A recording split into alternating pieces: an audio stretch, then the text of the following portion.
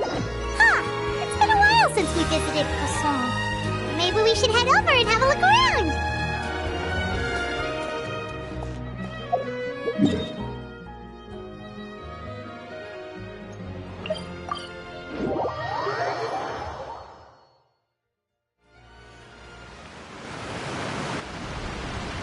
Hey, Traveler. Paimon. Oh, Paimon knows that voice! Over here.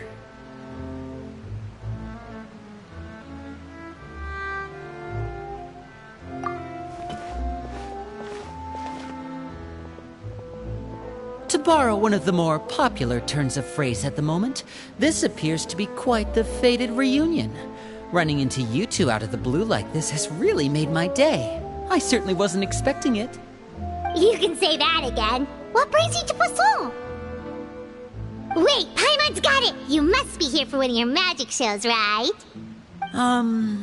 Actually, we've run into a bit of trouble on the home front, so Father arranged for us to stay in Poisson for the time being. Oh, are Lynette and Fremine here too? Yep, along with most of the other members of the House of the Hearth. You may have noticed Poisson seems a bit more crowded than usual.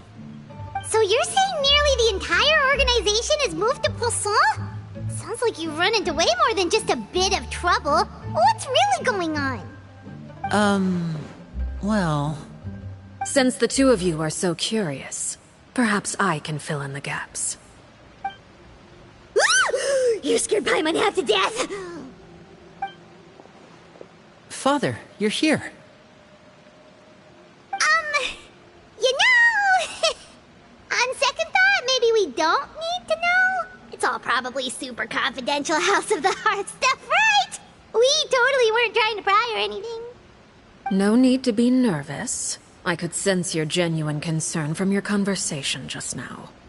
Of course, I can also understand your confusion. Sending so many Fatui here to Poisson, it's only natural that some might suspect an ulterior motive to be involved. I understand. I'm well aware you've had your fair share of confrontations with the Fatui in the past, and I can't exactly guarantee that we'll remain on good terms in the future. As for right now, however, I would say we have little reason to be at odds, wouldn't you agree? The House of the Hearth could stand to be more open with those who have worked so closely with us in the past. As for the issue at hand, well, it hardly relates to any ulterior motive. To be frank, it all stems from a certain rumor circulating around the House of the Hearth. It's an internal matter. What sort of rumor? A rumor that a certain phantom child is hiding away in the House of the Hearth. A phantom child? Ooh, just hearing the name is giving Paimon the creeps. A spirit that should have long ceased to exist is lurking in the shadows of the House of the Hearth. So I decided to bring the children to Poisson before continuing to investigate the situation. I expect I should be able to track down the spirit fairly quickly. After that, it's just a matter of resolving the situation, if you will. It shouldn't be much trouble at all. If you're curious, or if you still have some concerns, it might be advisable to stick around for a few days. I'm sure the children would be exceedingly pleased to welcome some visitors. Lenny, I'll leave you to entertain our guests. I have some matters to attend to. Of course, Father.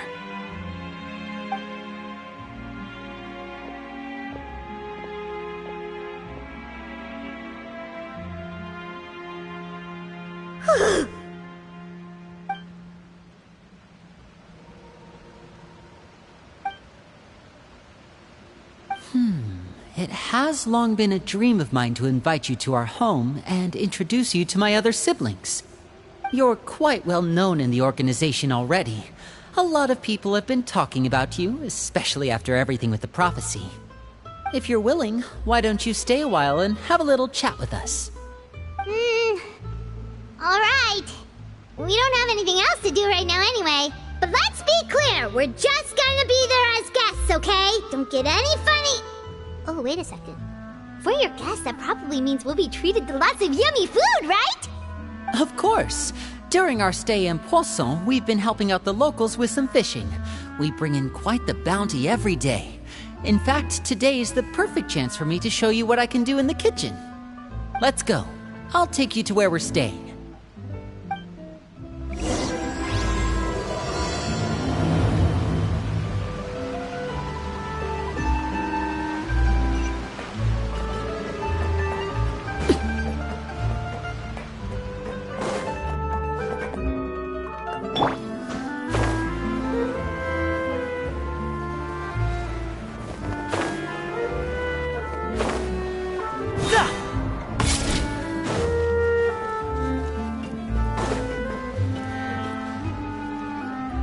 We rented this house from one of the locals to use as a temporary base. I'll come back later and tidy up a bit. After that, it should be all ready for you to stay in tonight. Awesome, thanks! So, where are we off to now? Well, when I happened to run into you two earlier, I was actually in the middle of distributing some supplies. With this many people staying in Poisson, we have to bring in outside supplies every now and then. I should probably make sure the rest of these provisions get delivered. Otherwise, people might start to get antsy. Okay, we'll come with!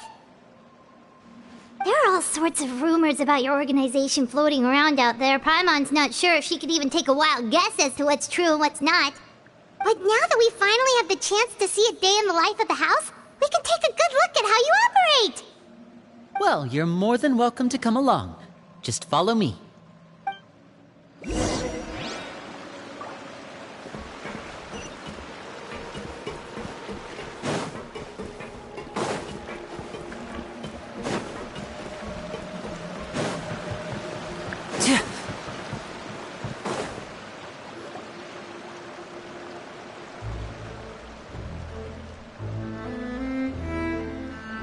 Linny! You're finally here! The supplies. I'm assuming you've... Brought them with me? Yep, here you go. Hello? Something caught your eye? It's the Traveler in Paimon! No way! Come here, everyone! Hurry! The Traveler and Paimon are here! One at a time, please. Don't crowd around them all at once. We don't want to scare off our guests now, do we? Oh, it's alright! Gotta say, Paimon didn't realize we were this famous. Of course! Father and Linny have told us so much about you. Father told us about how you helped Linny. According to her, you're a trustworthy friend. And as far as she's concerned, that's pretty much the highest compliment we've ever heard her give. As you can imagine, everyone's been very curious about you. I heard the Traveler is so strong that he can move a mountain with his bare hands. I heard Paimon eats so much that she can clean out the entire pantry at Hotel Tabor in just 3 days! Wait a second! That's the rumor you heard about Paimon? Oh, not cool at all! Oh wait, when guests visit, you're supposed to give them gifts and stuff, right? Oh, we don't need something like that. Besides, we don't have anything to give to you! Come on, we insist! I can give you some of my new potions. Just pick your poison. And by that, I mean medicine or actual poison. I've got both. Huh? Or maybe Shaplo can teach you guys about stealth! He's super good at it! He's never been caught. Ah, now that's not a bad idea. I know you usually prefer to fight head-on, but it never hurts to expand your bag of tricks, right? When it comes to eliminating your enemies, staying quiet can go a long way. Trust me, I would know. I was poisoned not too long ago, and I'm still dealing with the after effects. So I'm not quite as good as I was before, but I can still give you some pointers. Wait, when you said gifts, Paimon didn't think you meant poison and stealth tactics. But those are the best things we can give you. You don't like them? Ooh, how about this? Tell me the name of someone who really annoys you, and we'll teach him a lesson for you. All right, Fold, Selwar. I think that's enough suggestions for now.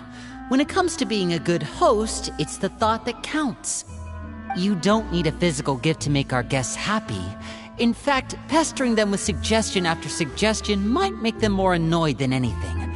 I would say your enthusiasm has certainly gotten across. Really? Awesome! It's been so long since we've had guests to play with. If there's anything you need, just let us know. Yeah, especially if it's poison or something. I've got all sorts of potions for that. Well, we'll talk to you all later. We've still got supplies to distribute. All right, see you later.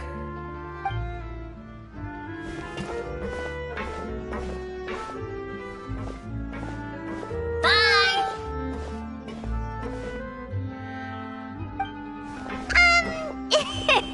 Lenny, about all that poison and stealth tactics talk just now.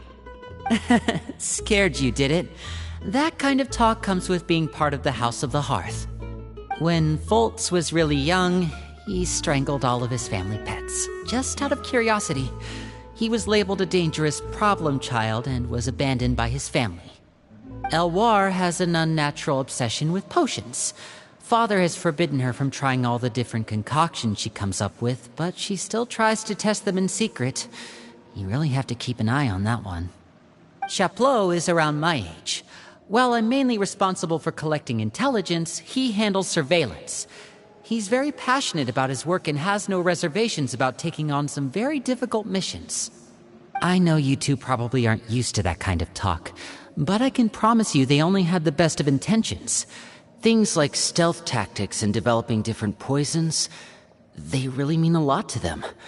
They were just trying to share the best of what they could offer, that's all.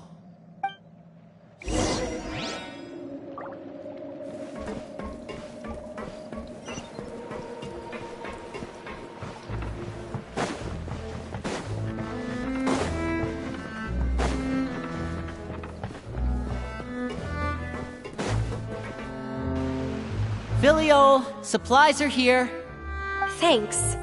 And who are these two? Outsiders? Allow me to introduce you. This is the Traveler and Paimon. Oh, you're the famous duo I've been hearing so much about.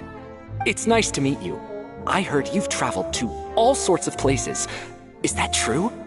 Of course! We're making our way all across to that! Oh, good for you. You must be pretty familiar with Fontaine by now, then. Have you seen the new opera that started running recently? I think it's called... The 4,000 Thieves? Oh, this is the first we've heard of it. It seems like it's going to be fantastic.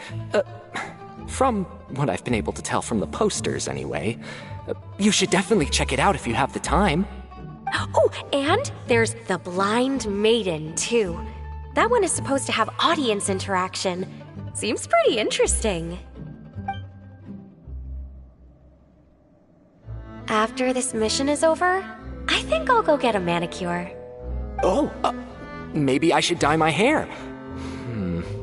Wonder how much it'll cost. Is it just Paimon, or do these two seem much easier to get along with than the others? Looks like the House of the Hearth has some normal members after all. I heard that. Oops. I'm guessing you're referring to Foltz and the others? Yeah, we're definitely not all like them. I bet those crazies are practically foaming at the mouth right now. I'm sure they just can't wait to get back to Snezhnaya to carry out the plan. That's enough, Filio. Don't talk about family members behind their back, right? Whatever. Let's go. Guess this is goodbye then. If you ever have some time, we should go see the opera together.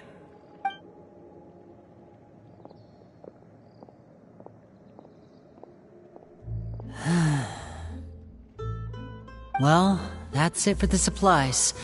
We should probably head back as well.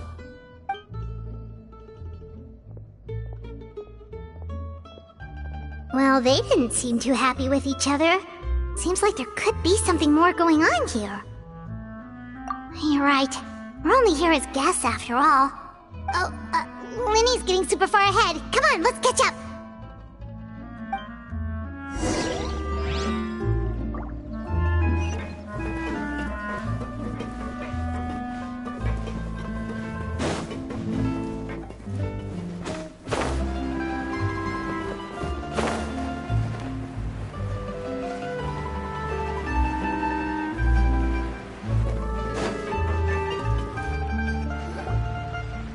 So, what do you think of the members you've met so far?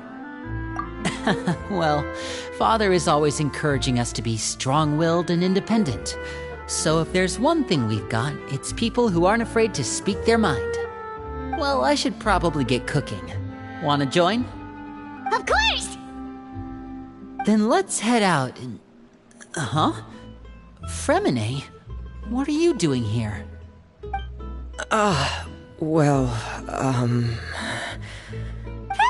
Nice to see you again! You too. I heard you're here as guests of House of the Hearth. Welcome. We were just going to make some food. Why don't you come along? I could use some help in the kitchen, and I seem to remember you mentioning you wanted to make seafood soup for the traveler in Paimon. Seafood soup? Oh, Paimon's drooling already. Were you looking for something just now, Fremine? Maybe I can help. It's nothing. I just wanted to see if there were any extra supplies. Yeah, we've got some left over. What do you need? Some food and water. And some clean cloth, if possible. No problem. Give me a second here. Food, water... Wait a minute. What do you need all of those for? You're not on any missions as far as I'm aware, and you were just going to come eat with us. So what's this all about? I thought I'd grab an extra portion because I get hungry at night. Could be because I'm growing, you know, and... Fremine, you remember what I told you? You're not like me. Your lying skills still need some work. Tell me what's going on. Is it really bad enough that you have to keep it from your own brother? Maybe it'll be better if we gave them some space. This is the first time I've seen that kind of look on your face. Whatever happened, does it have something to do with Father? Yes. Just follow me. I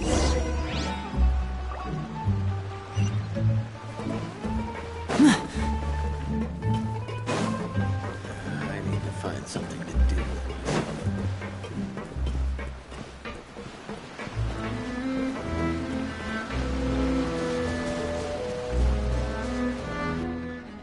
You're back! Oh, and you've brought some friends with you this time. Hello, my name's Linny. I grew up in the House of the Hearth. And you are? Hi, Linny. I'm also a child of the House of the Hearth, just like you.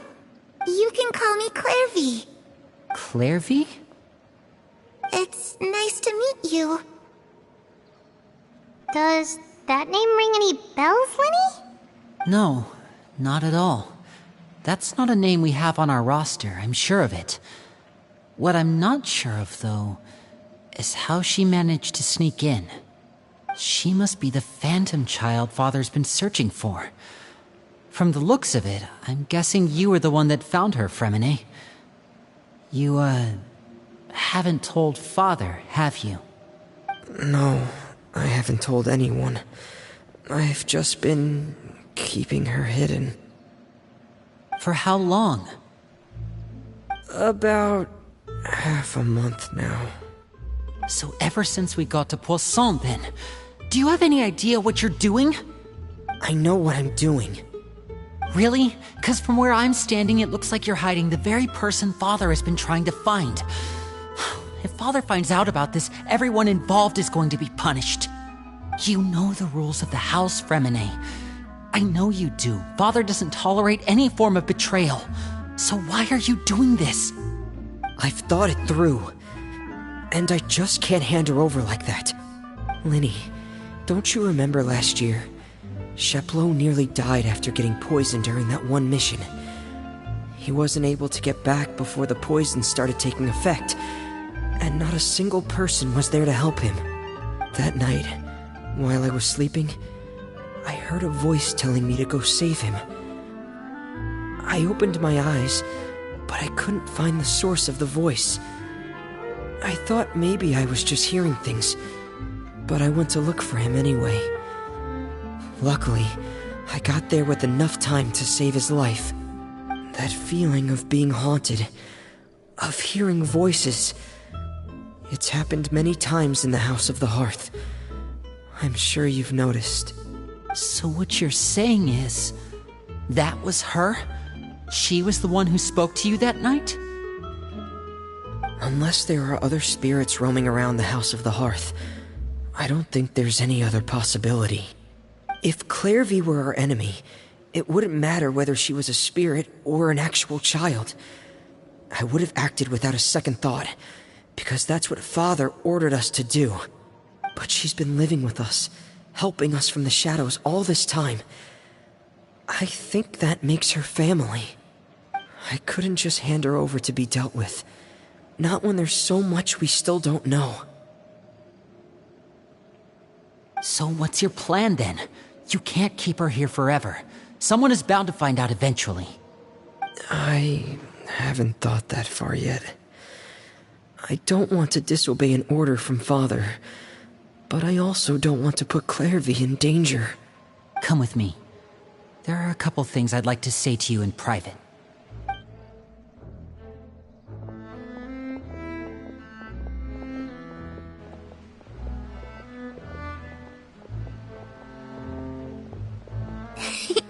Those two sure care a lot about each other. Well, they got a funny way of showing it. From where Paimon was floating, it sure seemed like they were about to bite each other's heads off. No way! They have a really deep bond. I could tell right away, because I also have a friend like that. I just don't know how long that kind of bond can last. The darkness in the house runs deeper than you can imagine. No one can get out alive. I'm sorry, Linny. I really didn't mean to drag anyone else into this. Oh, really? You didn't mean to? 'Cause I, for one, wish you did. Huh? What do you mean? You know, when we were younger, you didn't call me Linny. You called me brother, just like Lynette. We grew up together, the three of us. We were all orphans, all rescued by Father. Of all the siblings in the House of the Hearth, I think our bond was the closest. Later on, when you started calling me Linny, I wasn't actually surprised. After all, Lynette and I are related by blood. We've had to depend on each other to survive long before we joined the house. Linny, The darkest and most difficult moments of my life happened before you and I had ever met. I'm sure that's true for you as well. Even so, Fremine, we've stood by each other for all these years now, and to me, that means more than blood. You and Lynette are the most important people in my life. No one can replace you. So I won't let you face anything alone. Not if I can help it. Oh, looks like things are getting kinda heated between Linny and Fremine. Maybe we should go check on them. Oh, it's raining. I should put my clothes away.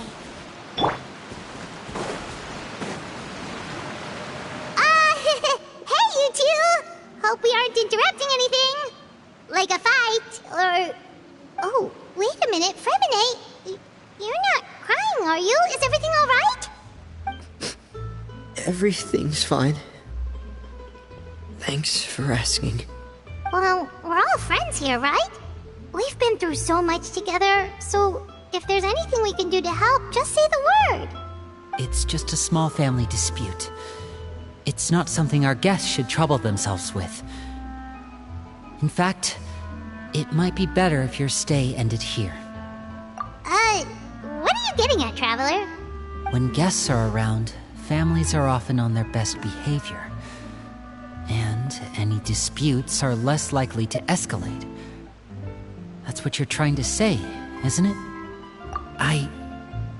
just... Thank you. I was really hoping to keep you out of it. But even if I could think of some other reason to turn you away, I'm not sure I could convince you. I know things could turn dangerous, so I promise you this. From now on, I'll protect you like my life depends on it. Me too. Well, back to the matter at hand then. If we don't plan on handing Clairvy over to Father, then our only other option is to solve the mystery of her identity before Father is able to track her down. That means finding out where she came from and what she's doing here. Then we can send her on her merry way and pretend like none of this ever happened. I've tried that already. And? And... nothing. I tried taking her somewhere really far away, but... after some time, she just reappeared. She even came with us all the way to Poisson. It seems like wherever the house is, she follows. I don't know much about spirits. Do you two have any ideas? Let's see here. Paimon remembers hearing something like, if you fulfill a spirit's last wish before they die, they'll let go of whatever's keeping them here and return to the ley lines. Oh, it's just that Paimon doesn't really remember where she heard that, so it's not guaranteed to work or anything. Well, sounds like it's worth a shot. Guess that means we should go ask her about her wish. But first, Fremine, I need you to promise me something. What is it? I need you to promise me that this will stay between the two of us. We're the masterminds behind this whole thing. No one else gets involved. Can you do that for me? Of course. I promise. All right. Then let's seal the promise just like when we were kids. Fist bump on 3.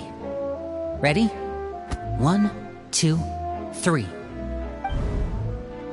I swear.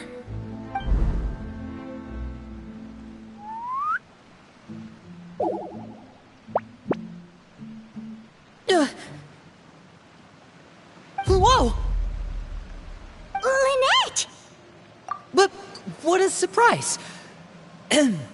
What brings you here, dear sister?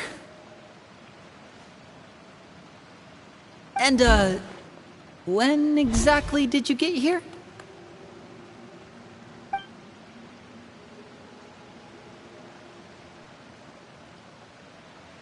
You're an idiot, brother.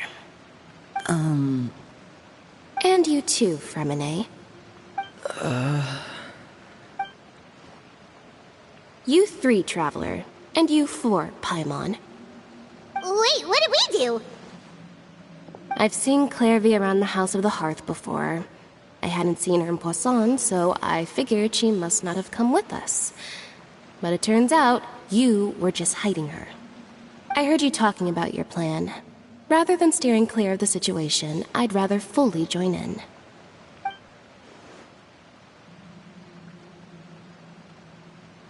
If you don't agree, I'll have no choice but to report everything back to Father. Simple as that. You're not giving us much wiggle room here, Lynette. Well, I guess we're all in this together then. After we talk to Clairvy, we'll figure out our next move. There's no time to lose. Let's go.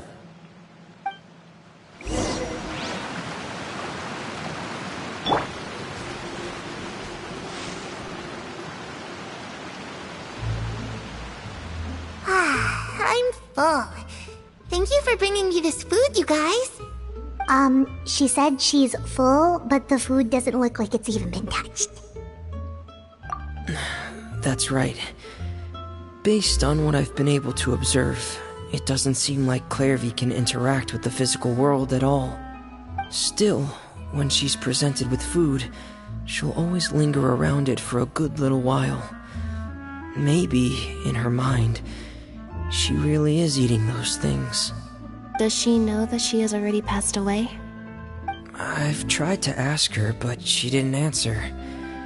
My guess is that she's just as confused as we are. Or maybe she couldn't understand the question at all. Clairvy, if you've got some time, I'd like to ask you a few questions. Sure. Oh, Another new friend. Hi, I'm Clairvy. Hello. Clairvy, how did you join the House of the Hearth? Huh? Isn't it the same for everybody? The knave brings you here and then you can't leave. It's just that your name, it's not on the roster. And I've never seen you before. The roster? Oh, I get it now. I think there might be some things you don't know about this place. The people in charge, they're not as nice as they look. They say they keep a roster, but it's not complete. There are a lot of people who aren't on it, and never will be. In this house, some people are family, and other people are just test subjects. Those kinds of people aren't ever going to get a place on the roster, unless it's the roster of people who've been executed. Wait, does that mean the knave... She... Is there anyone that can vouch for you?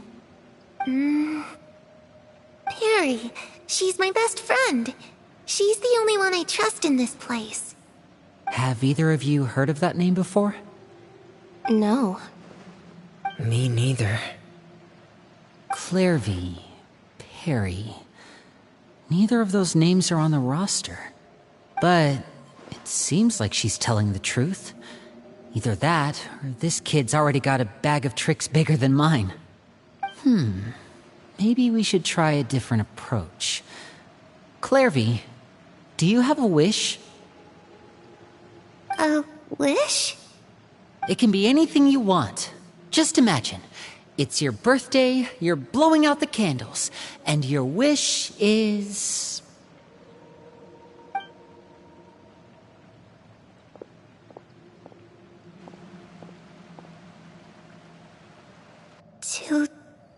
To go outside, where the sun can find me.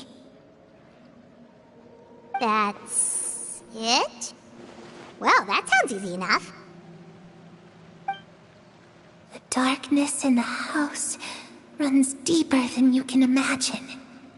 No one can get out alive.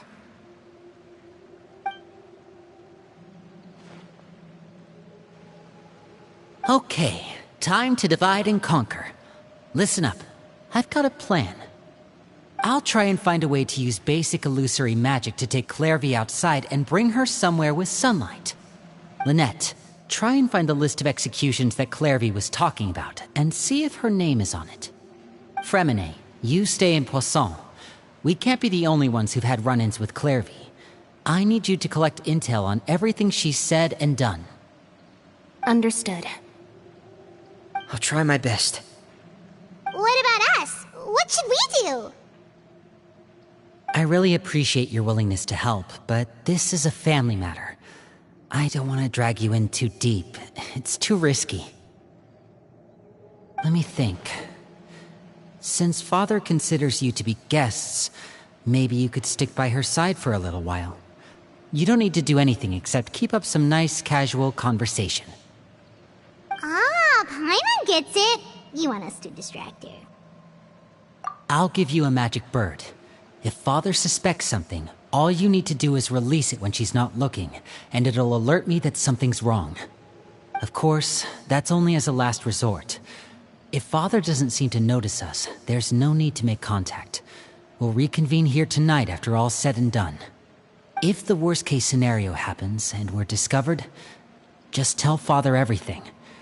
We're not going to let our guests get punished for our own actions. That's where we draw the line. You too. Okay, this is where we part. Father should be at the beach nearby.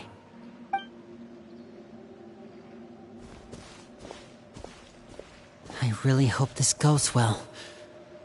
No, it has to go well. That's the only way this can get resolved.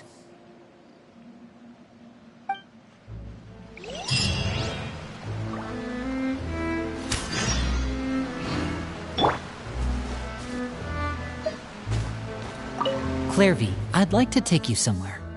Is that okay with you? Sure. Where are we going?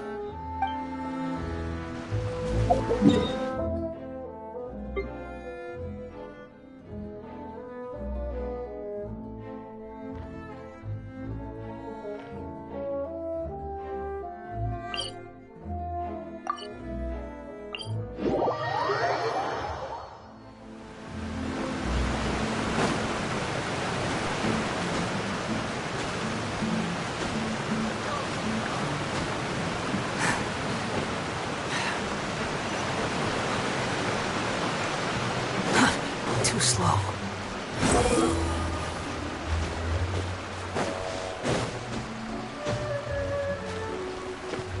Swan Fury!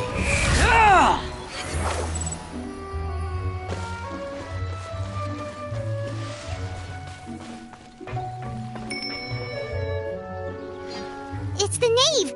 And... child! Hey, aren't you supposed to be in Snezhnaya recuperating? What are you still doing in Fontaine? Oh, it's you two. I didn't expect to run into you here. I was unconscious for quite a while after the fight in the Primordial Sea. After I woke up, I realized I was being taken back to Snezhnaya, and well, I couldn't have that now, could I? Not when I've still got unfinished business here in Fontaine. So, I mustered up all my strength and made the journey back on my own. What sort of unfinished business are we talking here? It has to do with Skirk, my master. I really wanted to meet up with her, but by the time I got back, she had already left. I still have so many questions for her. Without any other leads, all I could do was ask the knave to help me track her down. She must have left behind some traces from her time in Fontaine. Oh, okay, so have you found any clues? Unfortunately, no. While the House of the Hearth is adept at collecting all manner of intelligence, certain existences can still manage to escape our purview. Basically, unless Master feels there's a need to meet with me, she's not going to be found. But that problem has an easy fix. I just need to become stronger, and then... Paimon thinks you should focus on getting better first. The worst of it is over. It's all thanks to that one kid from the House of the Hearth. Elwar, I think her name was. She gave me a bunch of random potions to drink. They didn't go down easy, let me tell you. Pain and chills all over. But they really did help speed up my recovery. And that's good, because it looks like I really do have to head back this time. The old man's been putting the pressure on me. He sent someone to tell me I'm needed for some sort of project. Project Stuja? Yeah, that's the one. I heard Regrader's involved too. I'm not looking forward to having to listen to all his monologuing, that's for sure. Hey, maybe you could think of a way for me to stay in Fontaine for a little longer. Helping Linny and the others brush up on their fighting skills would be far more interesting. If you and I could spar, that would be even better. I've been waiting for a chance to see you go all out. And what a sweet little daydream that is. But I also have a role to play in all this. I'll be leaving Fontaine shortly as well.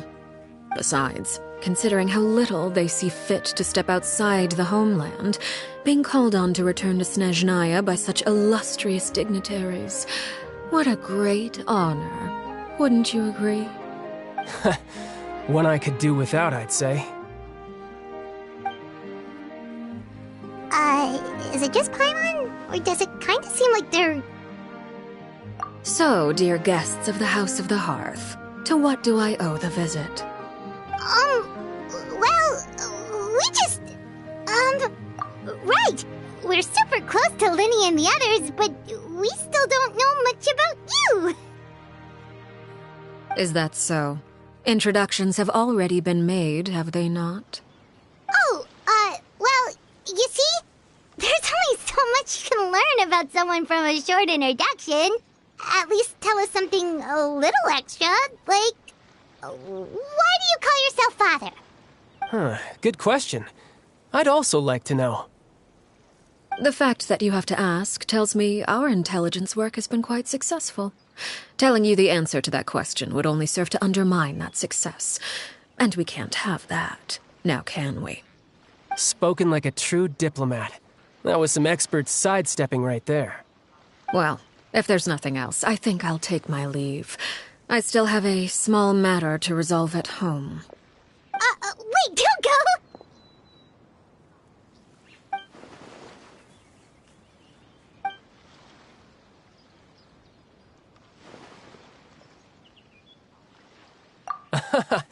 I'd also like to hear the answer to this. I've met some of the members of your organization, and they all seemed like really good kids. They actually reminded me of Tonya and Tusser. Which, by the way, if you ever betray them, I'm just letting you know, I won't let you off easy. And why would I betray them? Well, you've already betrayed the House of the Hearth once, haven't you? At least, that's what I heard.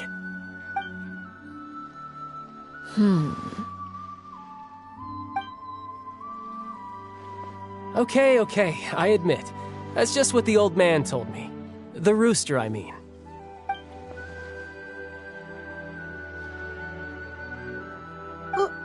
Wait, did you really do something bad to those kids? Never mind what I've done. I'm more curious as to what the mighty rooster had to say. Care to enlighten me? Well, nothing much. Just some stuff about you taking out many other members of the House of the Hearth, and even going so far to attack your own family. I see. Huh. Based on your reaction, I'm guessing it's all a bunch of lies. Hardly. I don't appreciate his particular turns of phrase, but I suppose he didn't say anything untrue. Although, it would be more accurate to say that there is a certain level of prejudice involved, but I don't intend to clear that up just yet. Prejudice has a funny way of concealing the real truth behind certain things, an attribute that I find to be quite advantageous. Call yourself a Fontanian, for example, and people will assume all sorts of things, when the real truth is that this is simply the land where I was raised. Huh? You're not actually from Fontaine? But then why did you try to help out with the prophecy and everything? I was trying to protect the children born in Fontaine. Claiming that I myself was a Fontanian simply made it easier to operate. People would hardly suspect a fellow Fontanian of having any ulterior motives. Who wouldn't want to save their homeland after all? The primordial sea wouldn't have any effect on me, but it would have caused great harm to the House of the Hearth. Well, you wanted extra information, didn't you? There you go. I hope that satisfied your curiosity.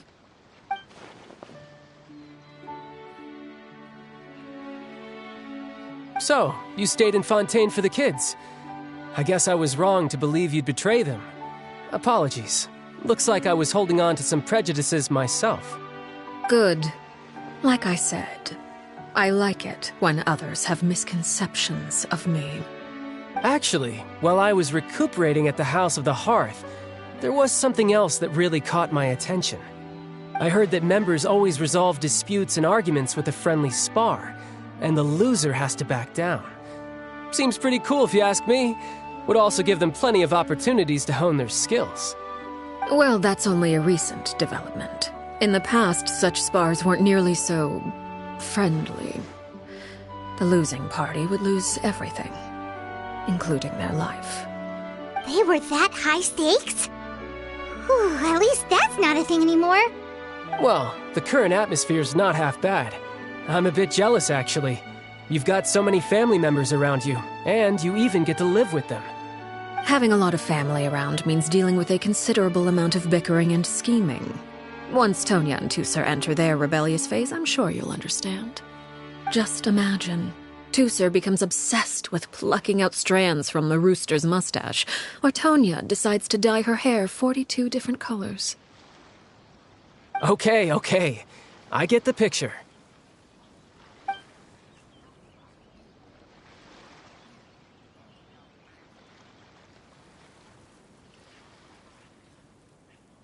Well, would you look at the time?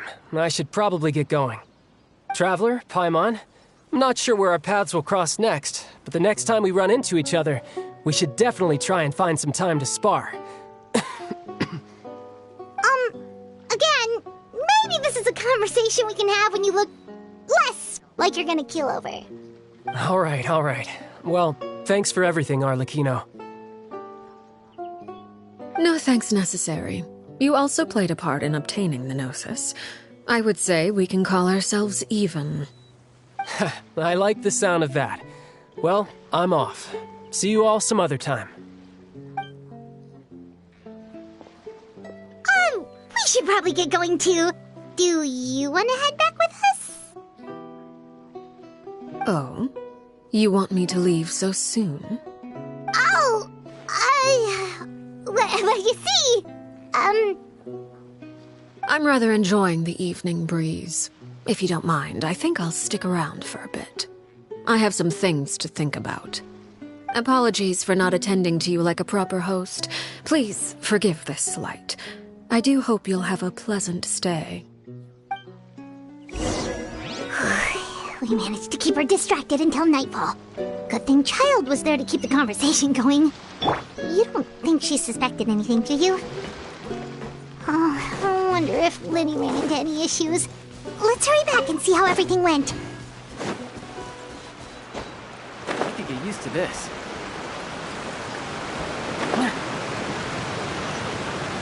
I could get used to this.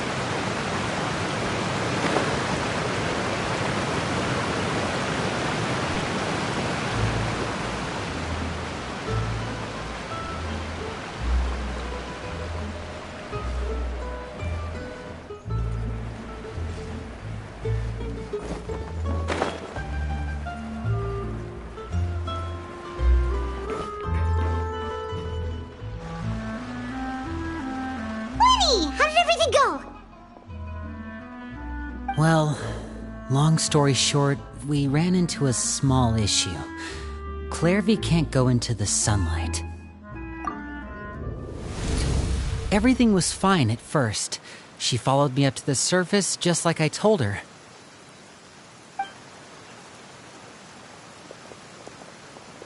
But as I led her out of the shadows and into the sunlight, she vanished.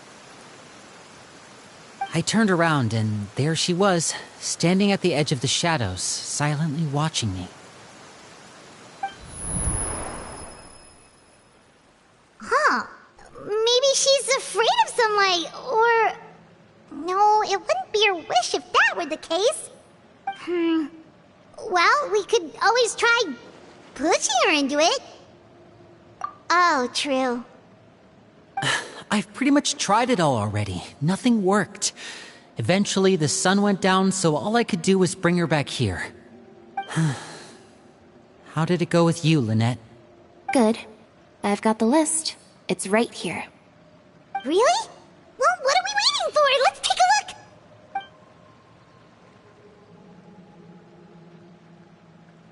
Oh, that's a lot of pages.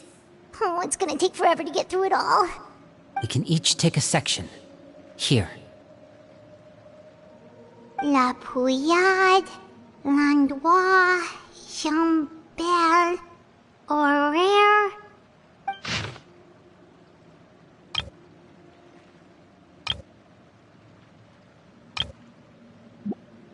Oh, yikes. That Horaire guy has a huge scar on his face. He's kinda giving Paimon the creeps. Ah, I've met him before. The scar is from an injury he received during a mission. I still remember him joking with me about it. He said any future lover would take one look at him and then lose all interest. Did he say anything else? Well, I asked if there was someone he was interested in. He said no, and that's where our conversation ended. It was only later that I learned he really did have someone he liked. He risked everything to escape so he could be with her, but it didn't work. One day, Father asked to see him, and, well, I never saw him again after that. Wait, so that means the knave, she... It may seem cruel, but it's just one of the rules of the house. Betrayal is not to be taken lightly. We know too many secrets to come and go as we please. So, if you do try to leave, you pay with your life.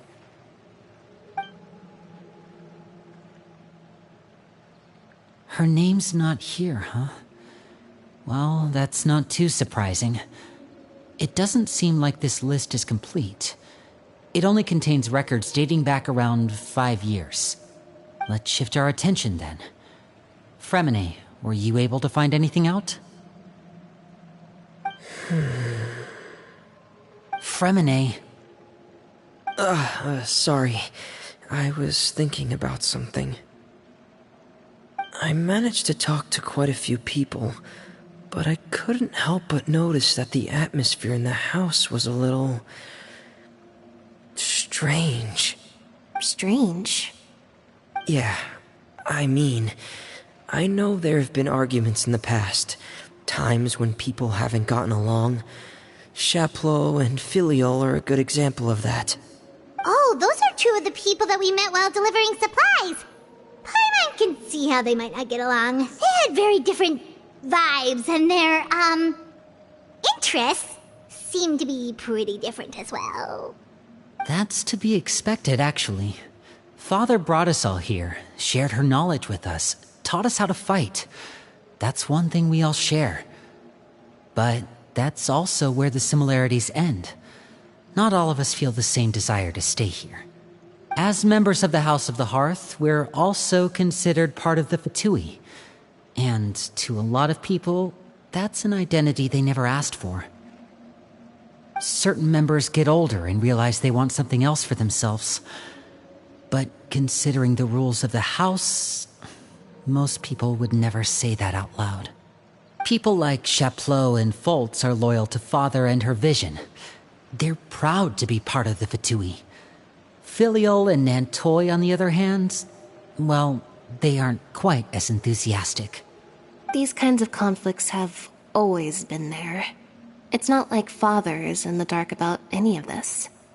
Well, that's true. But it just feels like things have gotten worse lately. Filial and the others, it seemed like they were meeting in secret to talk about something. I can't say for sure, but I think they've met Clairvy. You think she's been inciting them to act out? No, not exactly.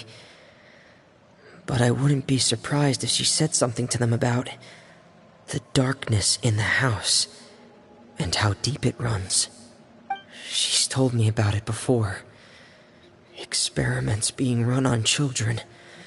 People being used as pawns on the battlefield without so much as the strength to survive. And they just believed all that? Without any evidence? Clairvy's words probably gave them the excuse they were looking for. Whether they actually believe them to be true is secondary. This is all because of Project Stuja, isn't it? Whoa. Hold on a second. What's this Project Stuja all about, huh? This is the second time it's come up now. Sorry, but I'm not sure of the details either. I only know what Father has told us, which is that it's something the Rooster and Regrader have been working on together. Apparently, it has to do with the Fatui's strategic plan for the future. Because the House of the Hearth was so successful in obtaining the Gnosis, we now have the honor of playing a key role in Project Stuja. Wait, but isn't that a good thing? Key role is just another way of saying dangerous role. To us, the whole thing is an inconvenience. Father thinks so too, but she's in no position to refuse. Their plan isn't exactly unreasonable, and they've been funneling the house a lot of funding. It's just that we'll lose a lot of members in the process. Participating in the plan, it's an honor in name only. What they're really trying to do is subdue us. The existence of an intelligence organization outside their control makes them feel uneasy.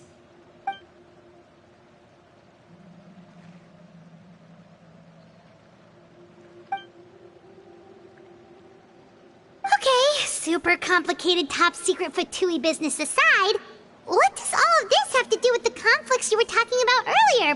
Paimon doesn't get the connection. External pressure has a way of exacerbating internal strife. You can't overlook the power of fear either. People are afraid of dying, and that fear is often the impetus for a lot of stupid decisions. I thought resolving the Clairvy situation would make everything go back to normal, but it looks like things are more complicated than I thought. If we leave Filial and the others to their own devices, sooner or later, Father will be forced to take action. We can only focus on one situation at a time, brother. You're right. Even if we confront Filial and the others, it won't do any good. It might even make matters worse. We should focus on Clairvy for now. Well, it's getting late. We should head back and get some rest. We'll try again first thing tomorrow. Lynette, you stick with me this time. Fremine, keep a close eye on Filial and the others. Make sure they don't do anything they'll regret. Good work today, everyone. Have a good night, and I'll see you tomorrow.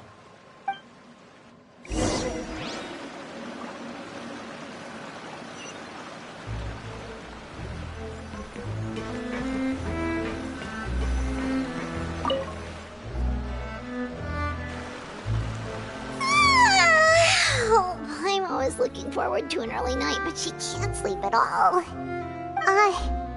Hey, you don't think the knave will be too angry with Lenny and everyone if she finds out about all this, do you? She's even scary when she smiles.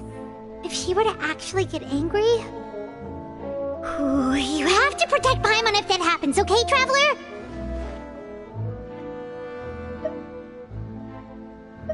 Oh, well, in that case, we should just plan on running away. We'll grab Lenny and the others and we can make a break for it as fast as we can. Look! Look over there! Quick! Let's catch up with her before anyone sees!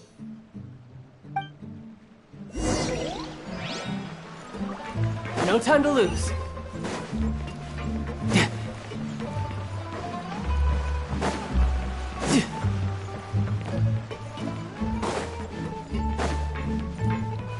Over there! Time to lose.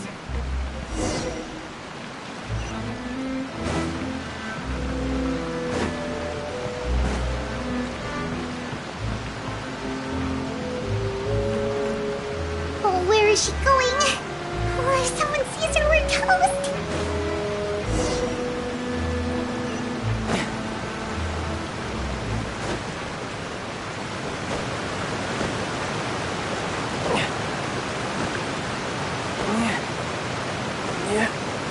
Oh, look! She stopped!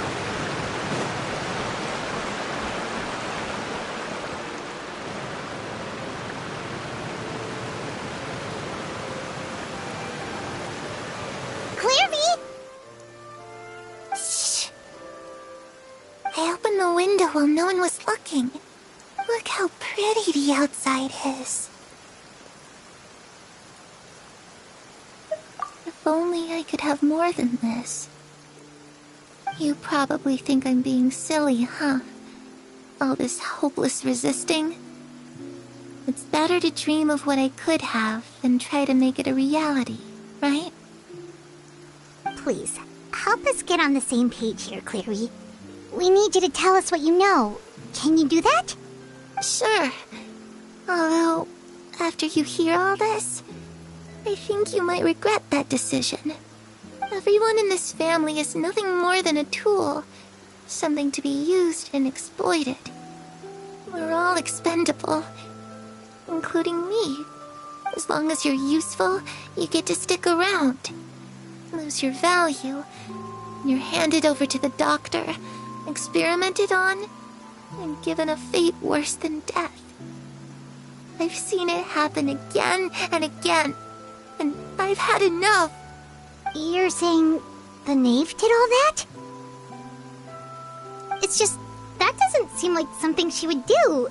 She's scary and all, but it seems like even she has lines she wouldn't cross.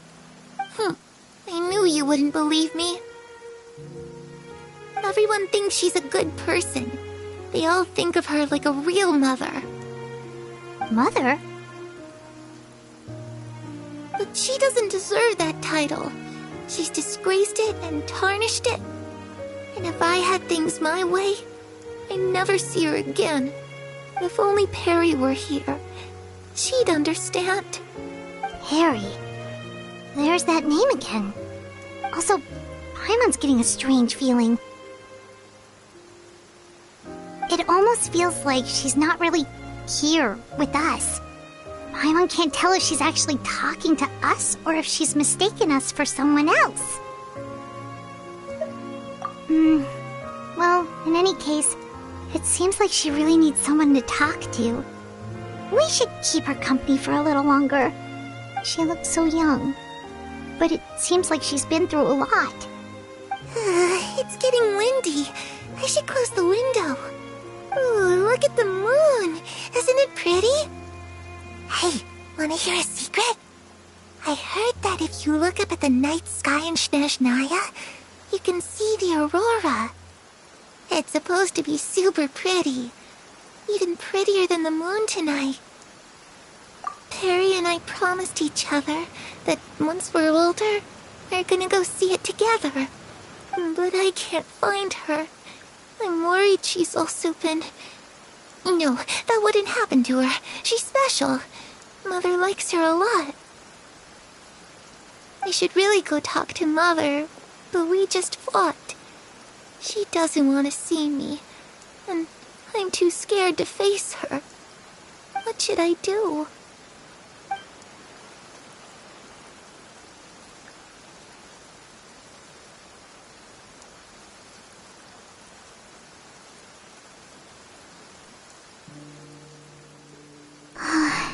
Paimon really doesn't understand what's going on with her. Well, let's head back. We've got an early morning tomorrow.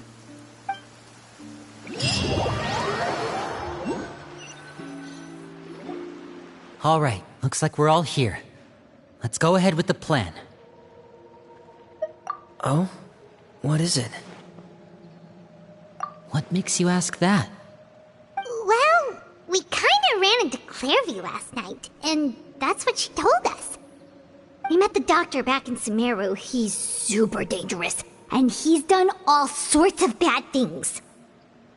It's possible that Father and the Doctor have had certain dealings, but I don't think Father would work with him. We're not really on the same side, so there's not a lot of trust between them. That doesn't exactly set the stage for a successful partnership. I did hear, though, that when Father first became a Harbinger, the Doctor offered to work with the House of the Hearth. Father rejected most of his proposals, except for one. It had to do with some sort of secret experiment. Secret experiment? Could that be what Clairvy was talking about? I don't think so. I don't know any details about the experiment itself, but I do know it's an entirely independent operation. The Doctor only proposed a direction for the research. That was the extent of his involvement. I still don't think that counts as working together. The details of the experiment are confidential, but complete records are kept on all participants. That doesn't seem to be the case with the situation Clairvy referred to. I know you don't agree with some of the Fatui's methods, and I'm not asking you to. But I am asking you to trust us on this. The House of the Hearth has its own principles. There are certain lines we're not willing to cross. Alright, that's good to hear at least. Clairvy seems to think the Knave and the Doctor worked together to do something horrible. If that turned out to be true, Paimon doesn't know how he would even face you guys. It's just that it doesn't seem like Clairvy is lying either. The easiest thing to do would be just ask the Knave directly, but Paimon doesn't think she'd tell us. Father didn't come back last night. She's probably still near the shore. We'll be counting on you to distract her. Lynette, you're with me. Fremine, you know what to do. Be on your guard, everyone. All right, let's get to it.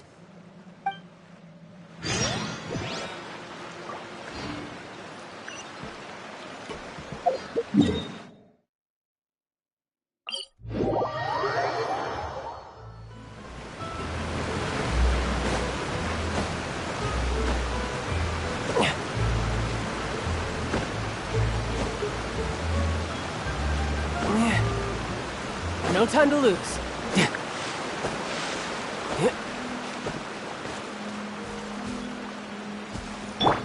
The wind rises.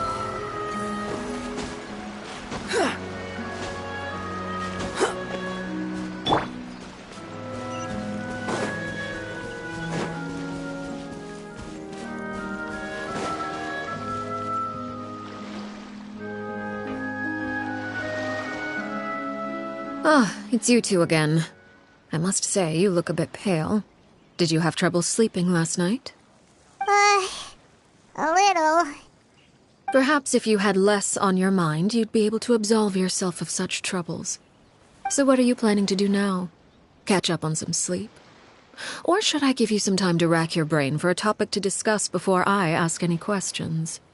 Although I must profess to being curious. Without Child here, how do you plan on distracting me? Us? Distract you? A good one. But no, we were just here for a chat. Looks like you could have used some extra time to think. No matter. If you don't have any other plans, why don't you accompany me somewhere? Don't worry. I'll be sure to steer clear of any scheming children. The ocean breeze is sure nice today. Children always think they can hide things from the grown-ups. But nothing gets past me.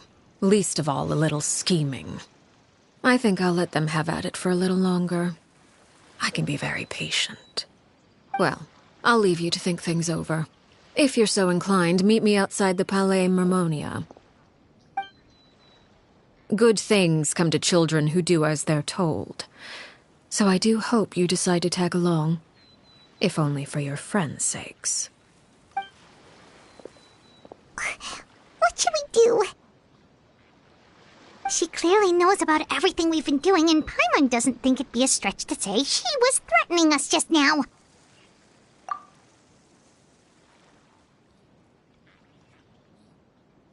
Oh, good idea. Hopefully he sees it in time. Well, we should probably head to the Palais Mermonia. Paimon doesn't want to find out what happens if we don't show up. Based on what the knave was saying just now, it sure didn't seem like it'd be anything good. Okay, then we probably shouldn't keep her waiting. It seems like Linny and the others are on thin ice, so let's do our best to not get them in any more trouble.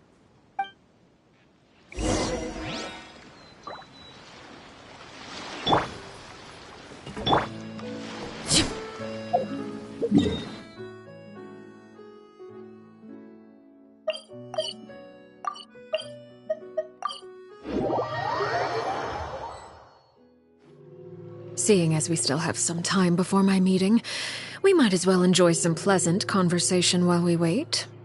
I'm glad to see you get along with my children. Being surrounded by good companions is necessary for a child's development. You're not planning on doing anything to them, are you? I assume you're referring to Linny, Lynette, and Fremine. Although, there's that situation with Filial and Nentoy as well. It appears quite a few people have been acting out lately. No matter. I'm not one to discriminate. All those who betray the house meet the same fate. There are no exceptions. Does that mean you're going to kill them? Oh, are you here to beg for their lives? I'm sorry to disappoint, but the rules of the house change for no one. In my organization, everyone is responsible for their own actions. But don't you care about them at all? They really respect you. They even call you father. You must feel something for them.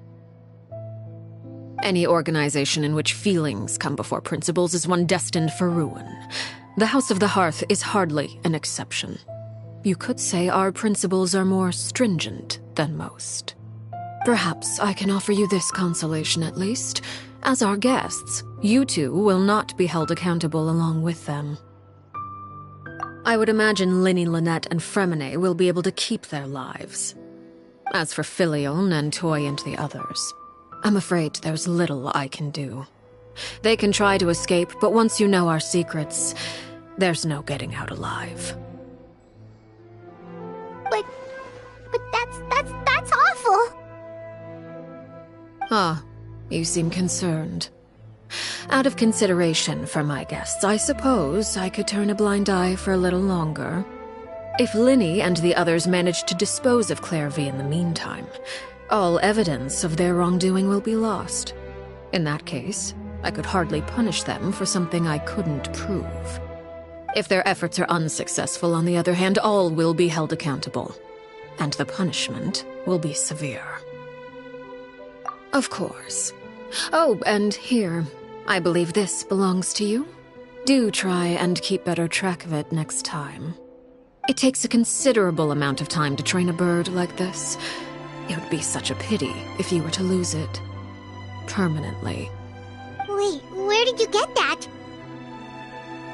Well, I'm afraid that's all the time we have to chat. Now, for the matter at hand. I asked you to meet me here because I have business at the Palais Mermonia.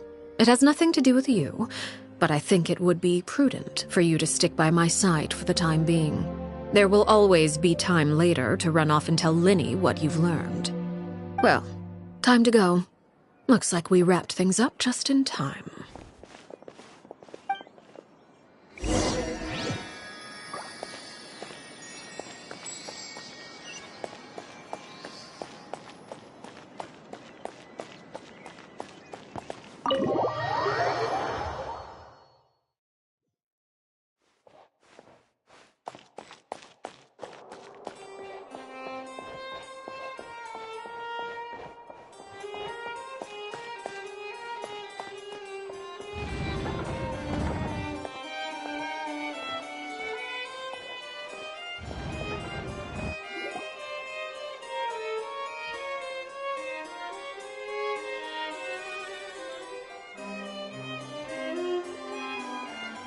It's been a while, Monsieur Neuvillette. I must say, I wasn't expecting my meeting request to be approved quite so quickly. The Palais Mermonia operates with an efficiency worthy of admiration. It is only right that an esteemed diplomat such as yourself should be afforded the proper level of respect. Although, if I may speak plainly, I must confess that I did not anticipate we would have the occasion to meet again after presenting you with the Gnosis. I see you brought the Traveler and Paimon with you as well. If I may inquire as to the purpose of your visit. I'll be departing Fontaine shortly. There is, however, an outstanding matter that I would like to see resolved before I go. It requires a rather lengthy explanation, I'm afraid. So I took the liberty of explaining everything in this proposal. Please review it at your leisure, Monsieur Neuvillette.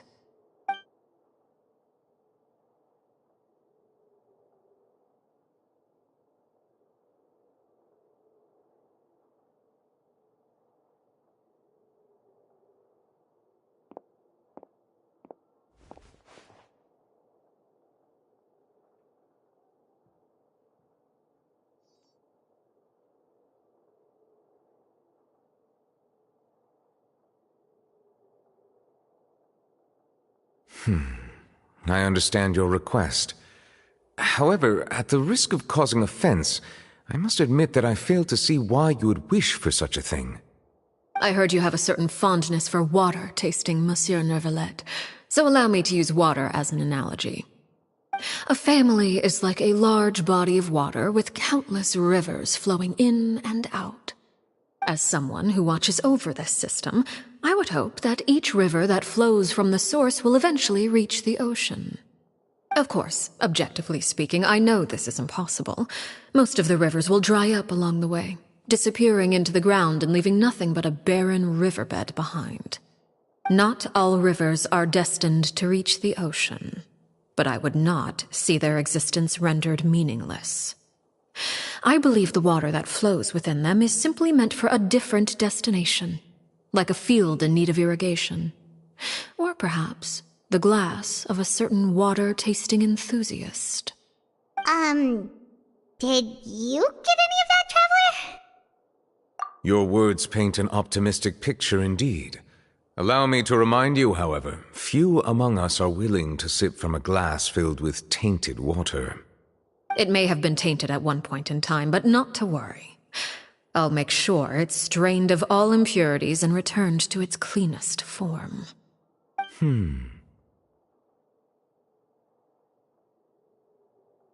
I seem to recall there being a transactional aspect to your proposal. Perhaps you could expound on that? If you accept my proposal, Monsieur Neuvillette, I will gradually withdraw my forces from Fontaine. And, unless absolutely necessary, I will no longer carry out any special missions within Fontaine. I presume I can take your words to mean that, in the future, cases similar to the Tartuffe assassination will cease to cross my desk? Tartuffe? Ah, that thief who embezzled funds from all those charities, you mean? My deepest condolences to his family, but without any evidence, I cannot imagine how the House of the Hearth might have been involved in his passing. Of course, if you accept my proposal, Monsieur Neuvillette, I'm sure certain measures could be taken to reduce the frequency of such troubles. You choose your words carefully indeed. In that case, I am inclined to accept your proposal. My thanks for your generosity, Monsieur Neuvillette. Well, with that settled, we should be going now. I took the liberty of bringing along 2 bottles of spring water from Snezhnaya for you to enjoy. I do hope I get the chance to hear your impressions. Perhaps at our next meeting, yes? Indeed. I trust you would not overlook your commitment in the meantime. All right, Traveler Paimon. Time to go.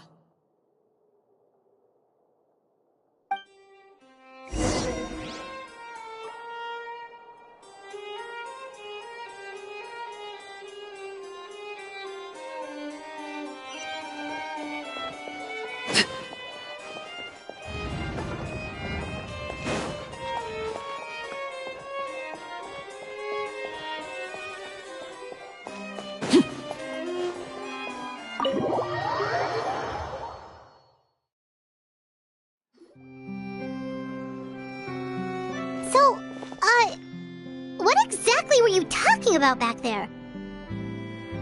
Paimon only heard you mention some rivers, a large body of water, and then some kind of irrigation scheme. You really want to know? I would imagine there might be more pressing concerns at the moment. Lenny, Paimon really hopes everything's going okay.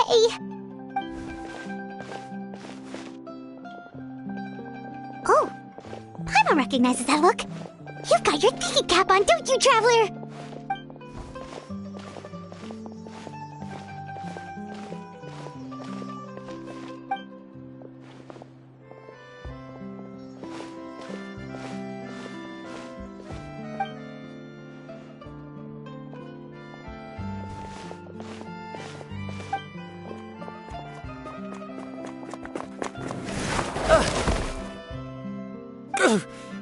Oh, shoot. Are you alright? Oh, jeez. I'm so sorry. I was so focused on selling these papers, I wasn't looking where I was going. Well, let me make it up to you at least. Here, take this paper. On the house.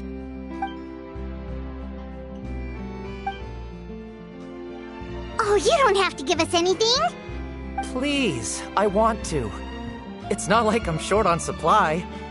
All the extras will be useless come tomorrow anyway. It's my fault, really.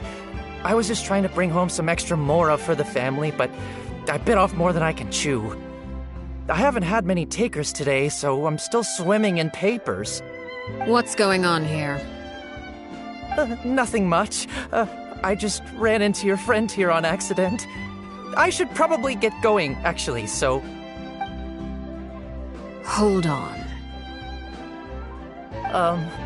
Of course, I'm happy to compensate you with mora, it's just... I don't have any on me at the moment. I'll take 3 papers. Here, your payment. Oh! Thank you for your patronage. May the Archons bless you with good fortune. If only I had the chance to run into such generous customers every day. I should probably just take on a smaller inventory though, right? I'm getting married soon, so sometimes it's hard to not get ahead of myself. Anyway, I should head out. Goodbye! Well, now that my affairs are settled, we should take the boat back to Poisson. We've even acquired some light reading to enjoy along the way. Actually, why don't we stick around for a little longer? Paimon just realized how hungry she is. She can't head back to Poisson on an empty stomach.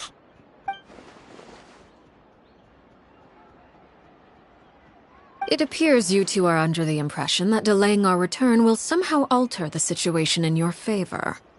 I'm sorry to ruin your fantasy, but your efforts are meaningless. That being said, I could be persuaded to give Linny some extra time. I just have one condition. If you agree to my request, I'll even answer some of your questions. you're quite curious about Clairvy, are you not? And my relationship to her. Wait, why are you being so generous all of a sudden? You're not gonna ask us to do something bad, are you? You overestimate yourself. You don't have the talent for bad things. Then what can you possibly...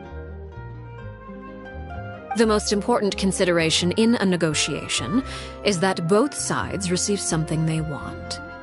Demands and threats only get you so far. Wonderful. Here it is. When the time comes, make the choice that you deem most appropriate in the situation, and lend your help to the House of the Hearth. Okay, sounds normal enough. But what do you mean, when the time comes? When is that supposed to be? That is for you to decide. Then we have a deal.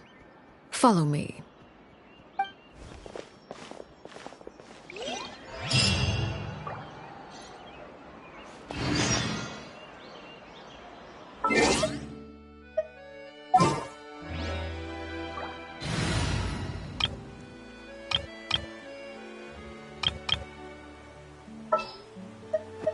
Sure.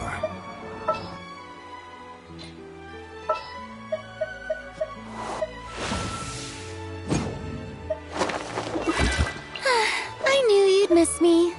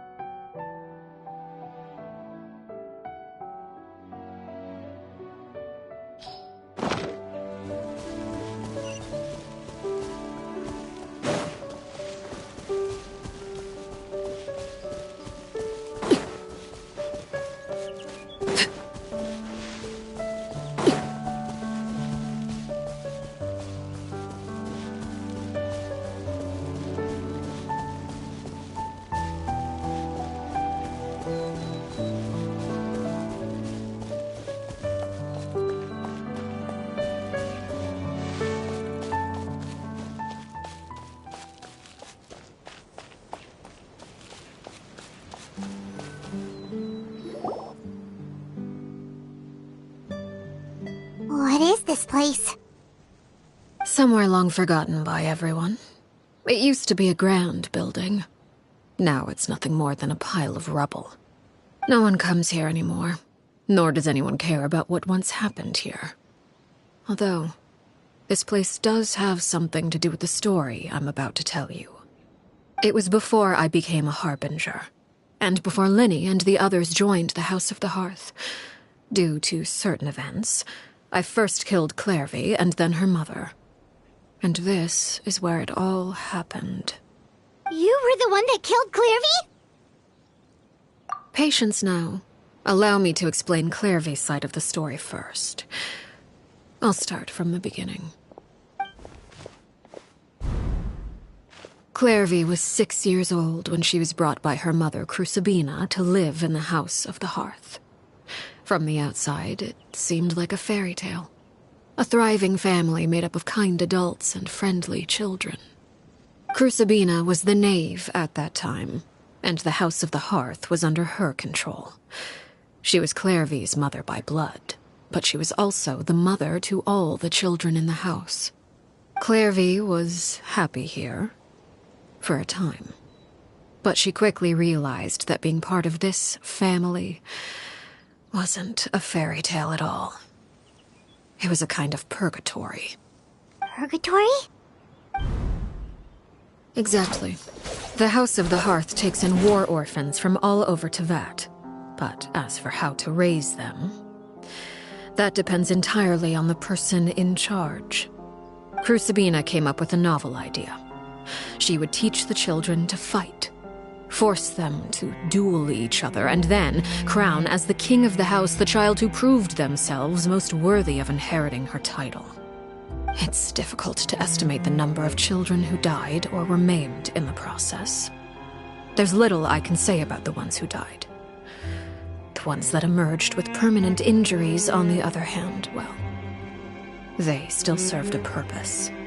They would be handed over to the doctor to be experimented on, or sent away on dangerous missions. Nothing more than tools to be used and then discarded. So those were the experiments Clairvy was talking about. But what actually happened to her? You said that Clairvy was Crucibina's daughter, so if Clairvy tried to convince her to stop what she was doing, Crucibina probably would have listened, right? Despite being Clairvy's mother, Crucibina cared little for her daughter.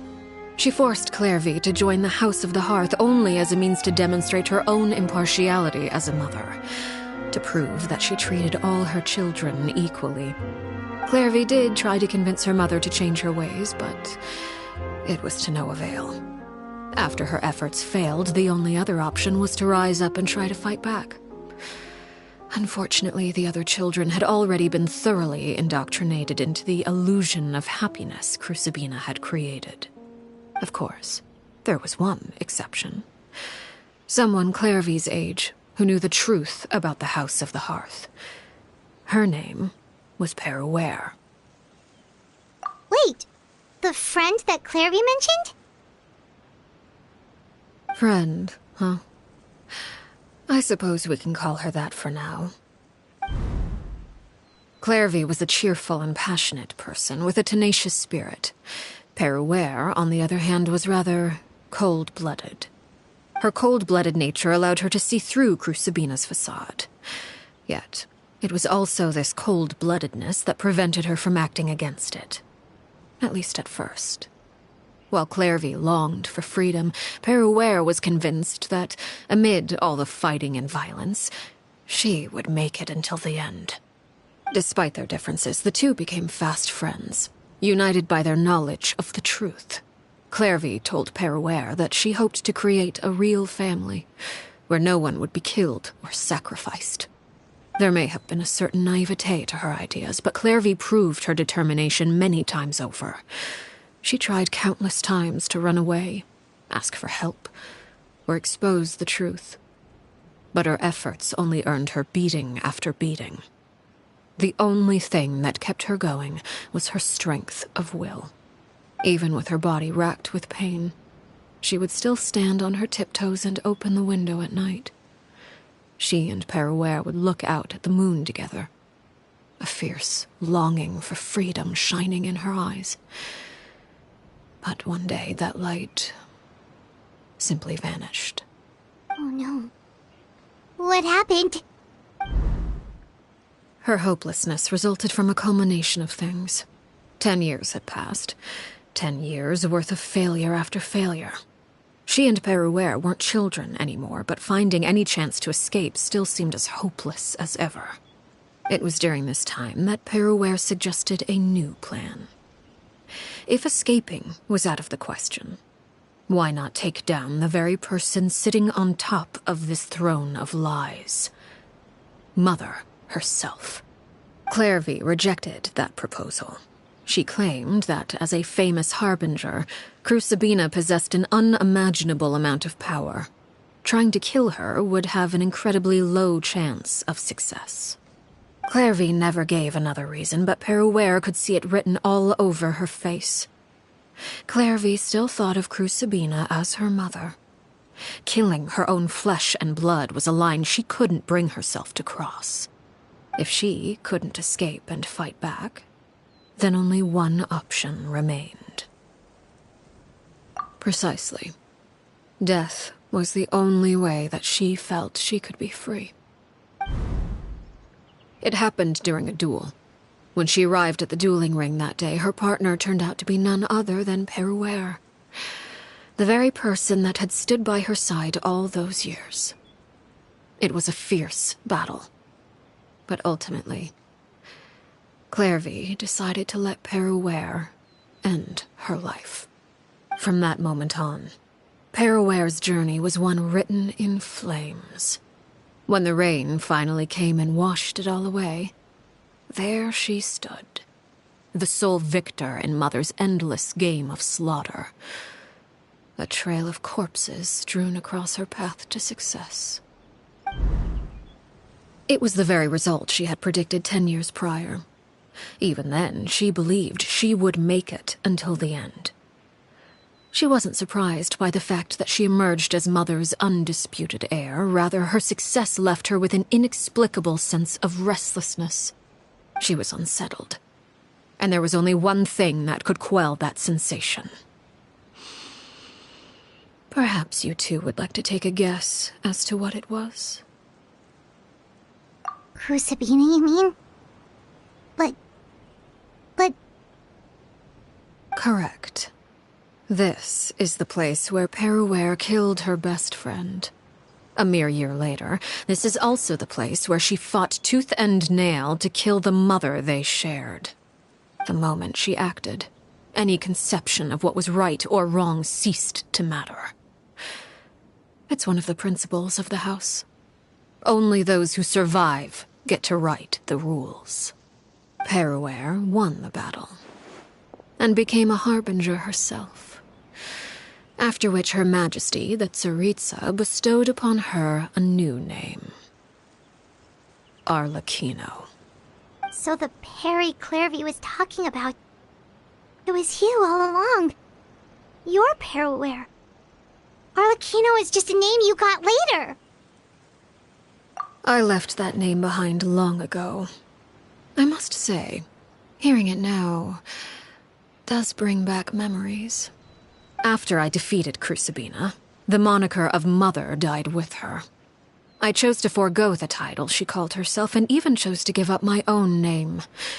I rebuilt the House of the Hearth under a new identity. Not only as Arlecchino, but as father. And that is where the story ends. Any more questions? Yeah. Based on what you just told us, Clairvy wasn't a little kid when she was killed. So the Clairvy we met... Was she really a spirit at all? I suppose you could call her an illusion born of flame. Her existence is like ashes to a fire. Something left over in the wake of blaze and ruin. You see, a certain power runs through my veins. It's not unlike a curse. My flames leave behind shadows of anything they consume. Of course, the chances of those shadows morphing into a sentient entity are exceedingly slim. Clairvy is a very special case. Clairvy died when she was 16 years old, but what emerged from the flames was her 6-year-old self. Her appearance wasn't the only thing affected. Most of her memories were lost to the blaze as well. Memory is a mysterious thing indeed. Losing a portion of your memories will alter your sense of self.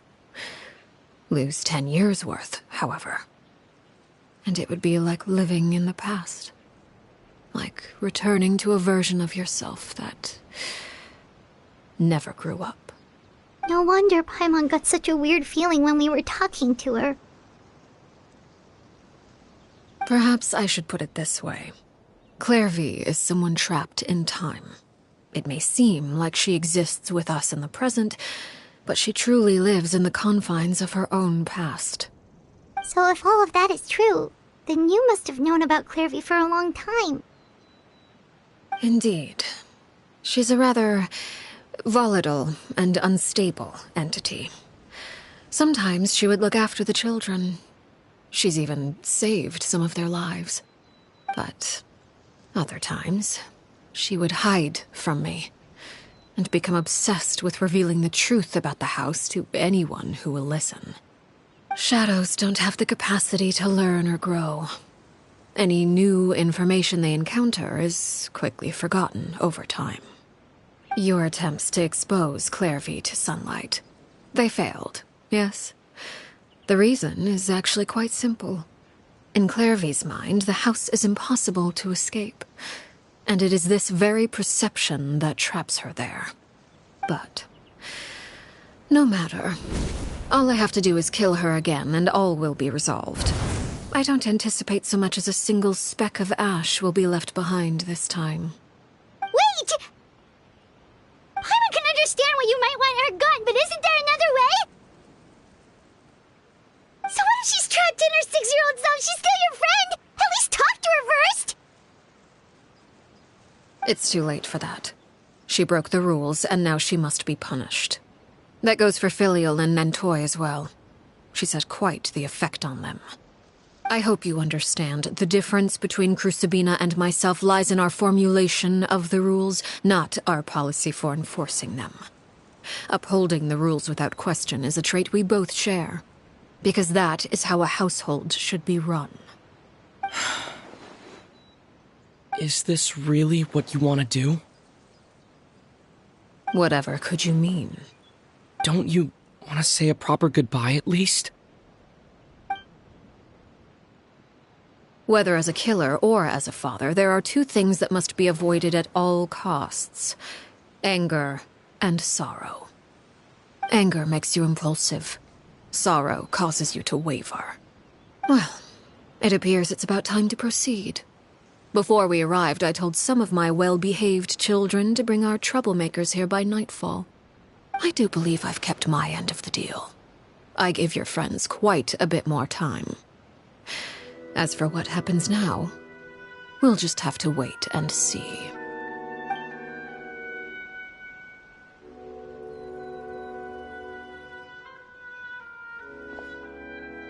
Here they are, Father. You gonna execute him? Seeing something like that would actually be a first for me. Lenny! I'm sorry. I heard about how you helped buy us more time. But I still failed. I couldn't find a way to fulfill her wish. Huh? Are you... Perry? Indeed, it's been a while, Clairvy. Perry! Shh. Stay right there. I'm sorry to postpone our reunion, but first I believe certain scores need settling.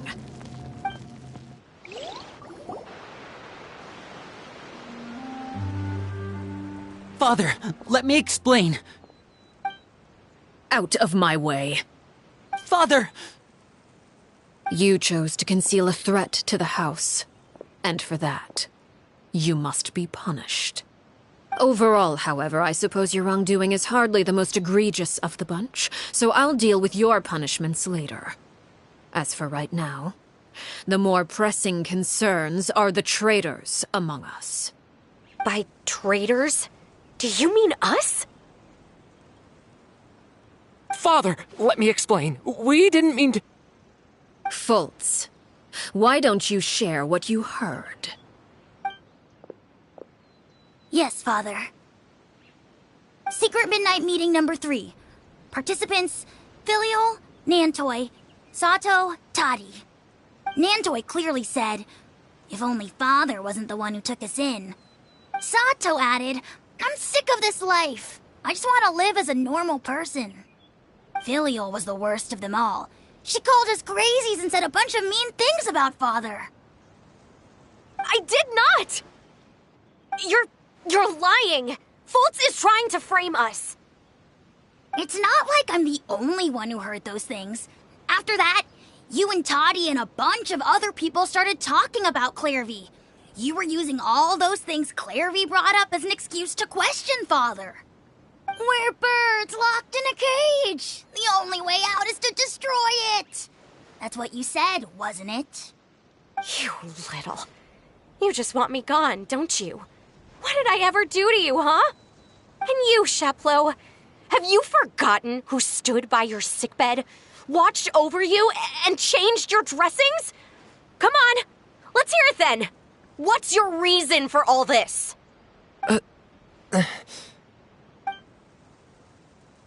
You're wrong, Filial. We don't want you to die. You're our family. Liar. You wouldn't be doing this if that were the case. So why? Why have you backed us into a corner? We all live in the House of the Hearth. You know the type of work we do, Filial. A single betrayal can cost dozens of us our lives. It's not like it's never happened before. That kind of thing is hard to forget. That's why the House of the Hearth cannot tolerate any form of betrayal. Ever since we came to Poisson, you've had 7 secret meetings. A lot of the things you talked about really crossed the line. You've been spying on us for half a month? Wait a second. Now that I think about it, the move to Poisson was just a way to make it easier to spy on us, wasn't it? Because we were all in one place. You've had this planned all along. Filial, Nantoy, I'm sorry. I owe you both my life. I owe Clairvy too.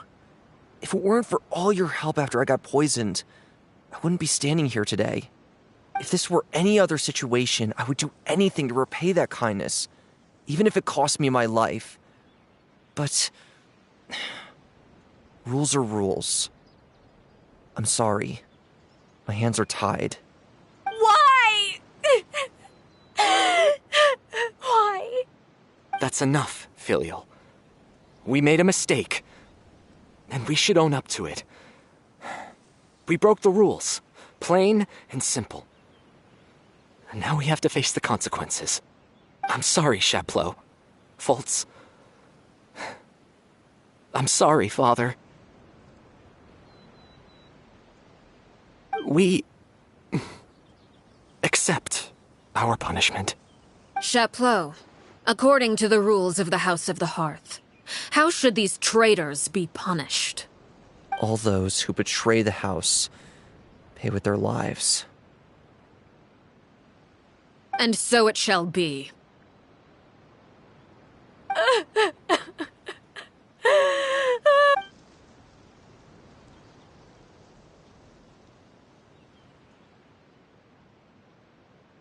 Father, please wait! Something you want to say, Linny? Please reconsider, Father. What Filial and the others did, does it really count as betrayal? We all come from broken families. From the very first day we joined the House of the Hearth, we wanted nothing more than to make it a real home. But the truth is, none of us know what a real home should look like. I'm not saying I have all the answers. All I know is this. Killing Filial and the others may uphold the rules, but doing so will only bring us further away from being a real family than we've ever been. So please, Father, please reconsider. I agree with Linny.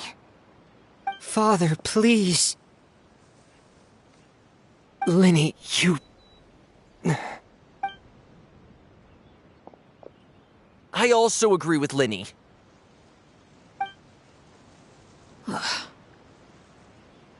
An order once given cannot be rescinded.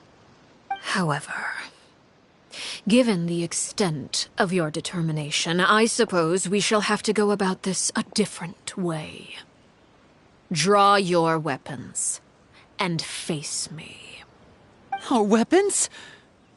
Father, are you referring to a duel? Precisely. The rules of the house will not be altered. Traitors must be punished. However, resolving disputes with a duel is also one of our rules, one that also applies to me. Demonstrate a sufficient showing of strength, and I shall offer a concession. Wait. Beat Father in a duel? Impossible. Father is way too strong, even for Linny.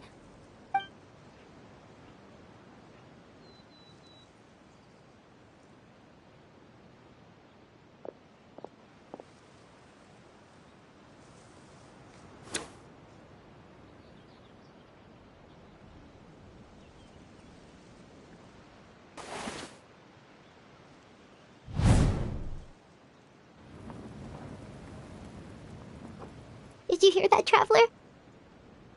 Lenny and the others have to duel the knave. What should we do? Can they really win something like that? If they lose, those people from the house are really gonna be executed. Hey, are you listening?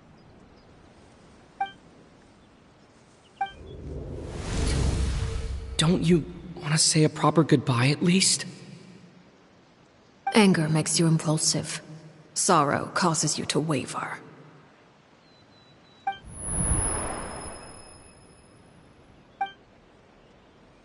Oh. Looking at that expression on her face, she seems really serious about this. Guess that means there's no chance she's throwing the duel on purpose, huh? When guests are around, families are often on their best behavior. And any disputes are less likely to escalate. When the time comes, make the choice that you deem most appropriate in the situation, and lend your help to the House of the Hearth. What's wrong, Traveler? Hey, where are you going? Traveler? You're asking to join the duel against the knave? I'll allow it. We do have a ready-made dueling ring at our disposal, after all. All I would advise is this. Keep a firm grasp on your weapon, and give it your all. Any less, and you may just lose your life.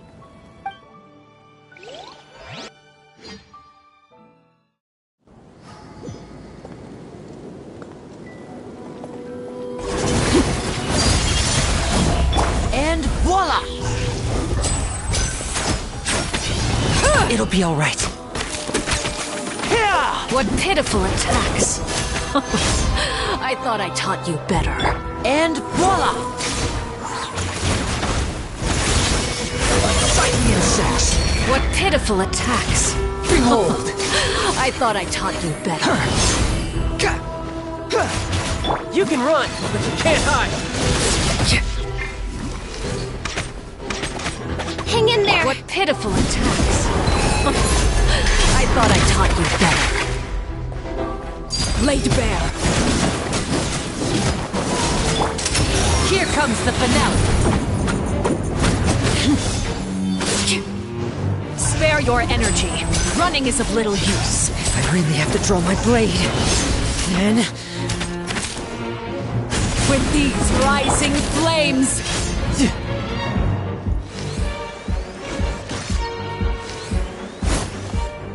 With the fall of darkness, destruction shall rise. Yeah! Watch out for Father's movements! Have a taste of purity. The horse! Who knows? Look, trapped like a bunch of helpless animals. The prize! Who's next? Over here!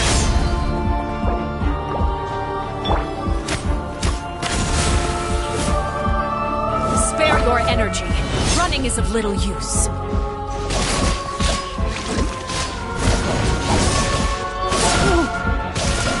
If I really have to draw my blade, then... The countdown has begun. Who's next? Like a fly tangled in a web.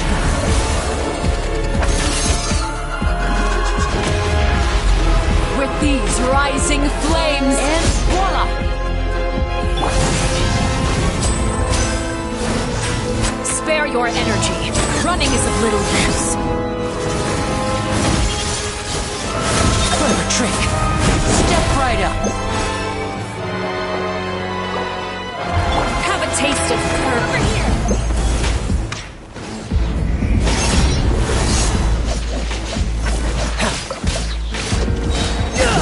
Brace yourself. This is gonna hurt. Look at you. Trapped like a bunch of helpless animals. Look out! I hear. Who's next?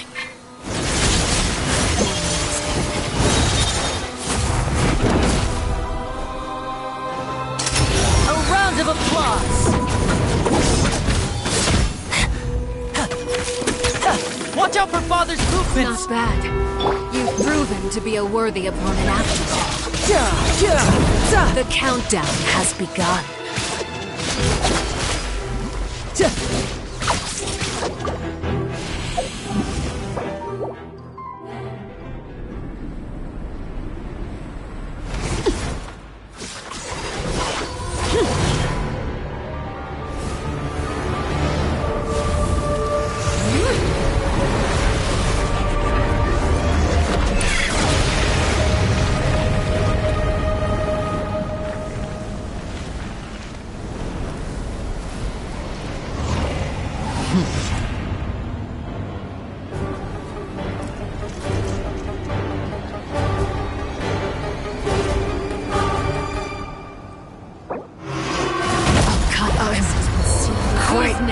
Impressive. Watch out for father's movements! Look out!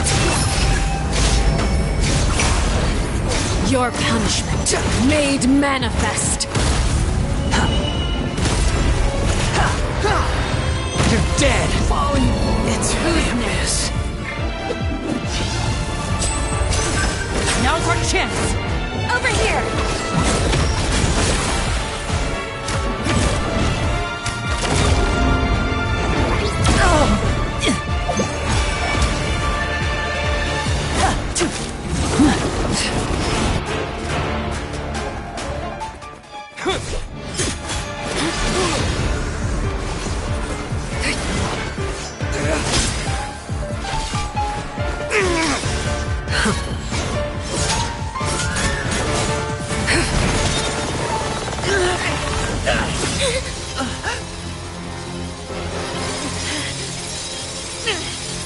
You should know better than to crowd in one place.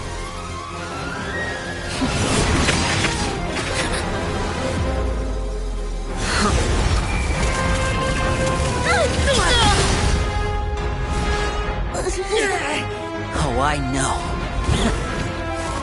No! I'm sorry, Father!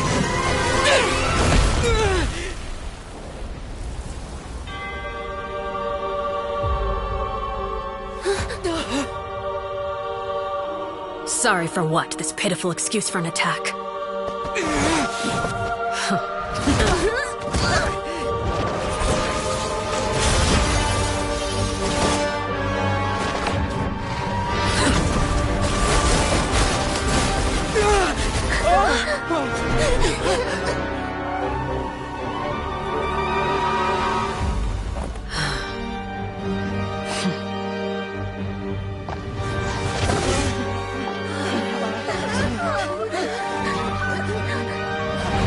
Father, no!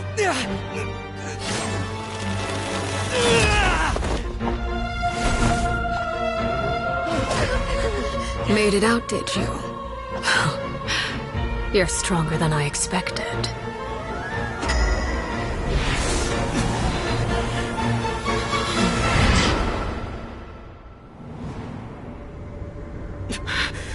A crimson moon?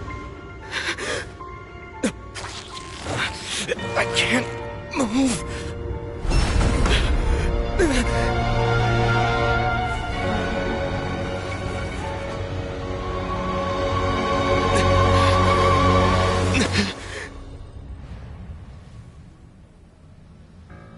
Still, not strong enough to beat me.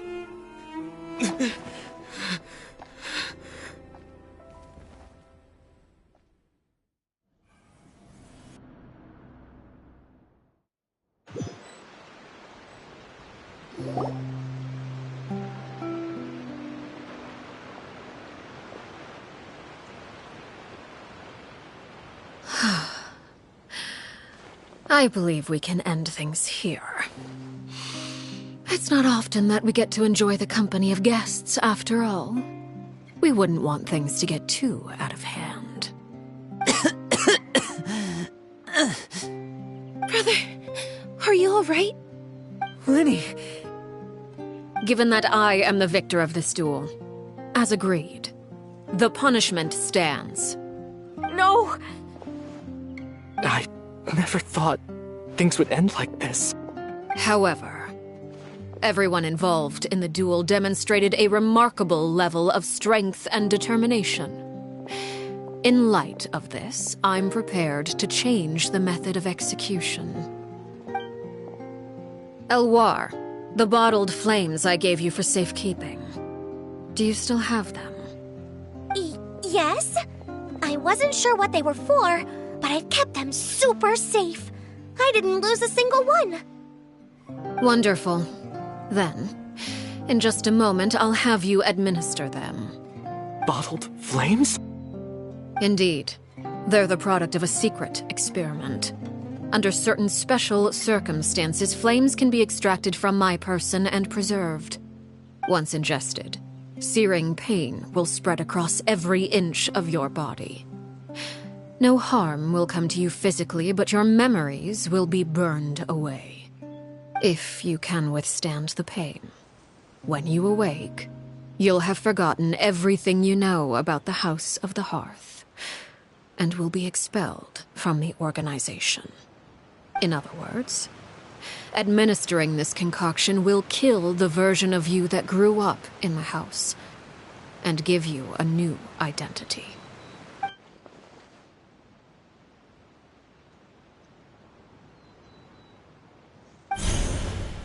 Memory is a mysterious thing indeed.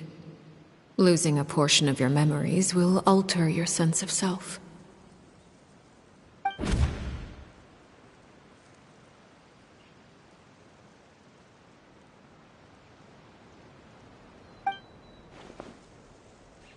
So, you're just letting us go, Father? You misunderstand. Memories are extremely important. Once consumed by flame, the version of you standing before me will die, and our secrets will die with you. So no, I don't intend to just let you go, because the person who survives will be nothing but a stranger. Even so, I won't have to live in fear anymore. I'm sorry, Father. I'm sorry I let you down. But I really... Don't cry, Filial. You haven't left the house yet, so there are still rules to be followed, yes? Remember what I taught you. Anger makes you impulsive, sorrow causes you to waver. Don't let yourself be controlled by your emotions. Of course. I'll remember. Dry your tears, and go pursue the life you really want. Yes, Father. Chaplot, Foltz, Elwar. Take them back to Poisson. And bring Linny and the others as well. I prepared 3 extra vials of bottled flames. As for whether to take them, the choice is yours. Goodbye, children. The next time we meet, I will no longer be your father. Thank you for all you've done for the house. I hope you have bright futures ahead of you.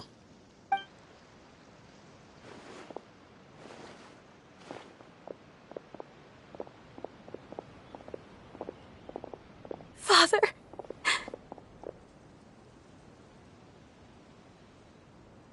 Let's go.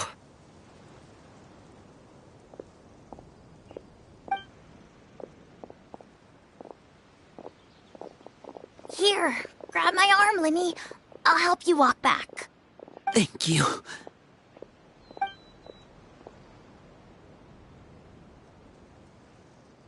Clairvy.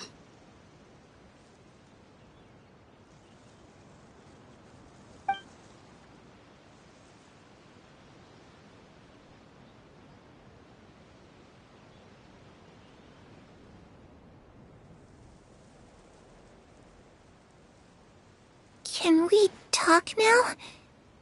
I've been waiting for a super long time. You really are Perry, aren't you? I haven't seen you in so long. How come you're all grown up? Wait, did I somehow travel to the future on accident? Or am I dreaming? What a long dream. Neither. You died, Clairvy. That's what happened. You could have at least sugarcoated it a little. Look, she's done speechless. Oh. Okay then. Huh? That's it? You accepted it just like that? Yep. If that's what Perry says happened, then I believe her. Perry wouldn't lie to me.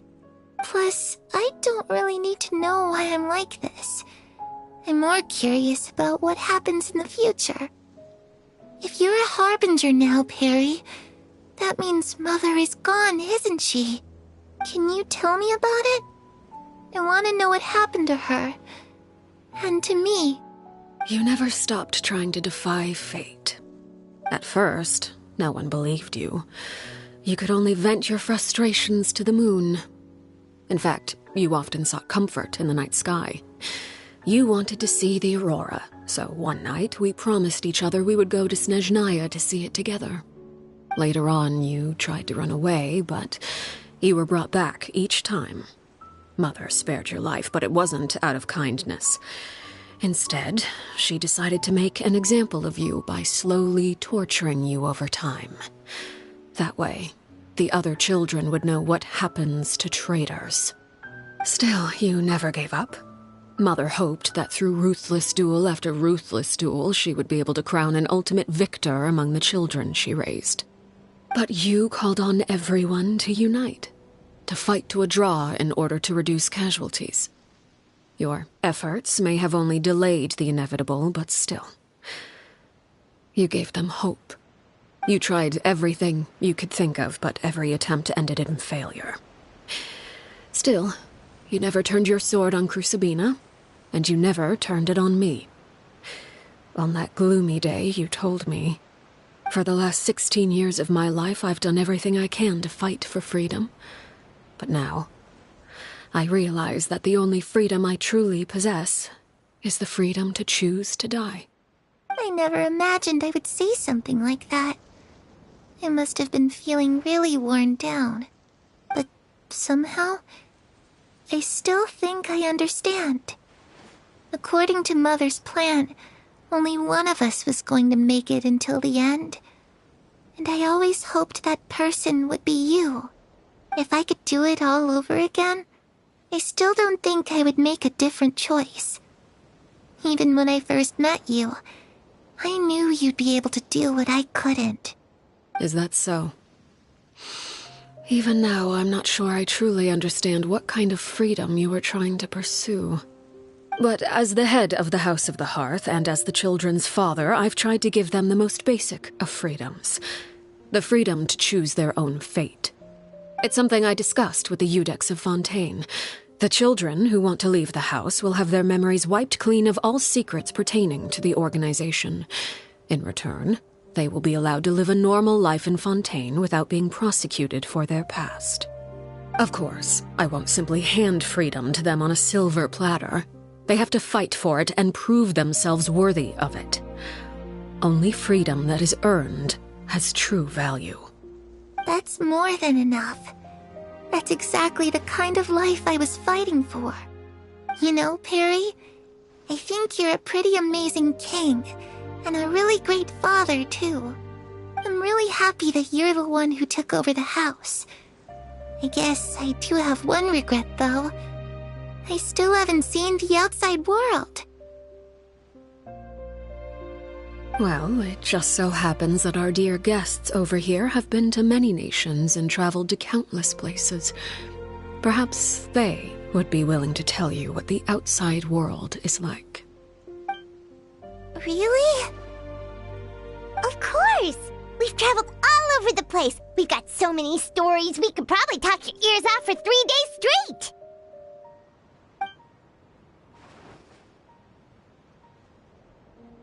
You know, I used to dream of being a bard.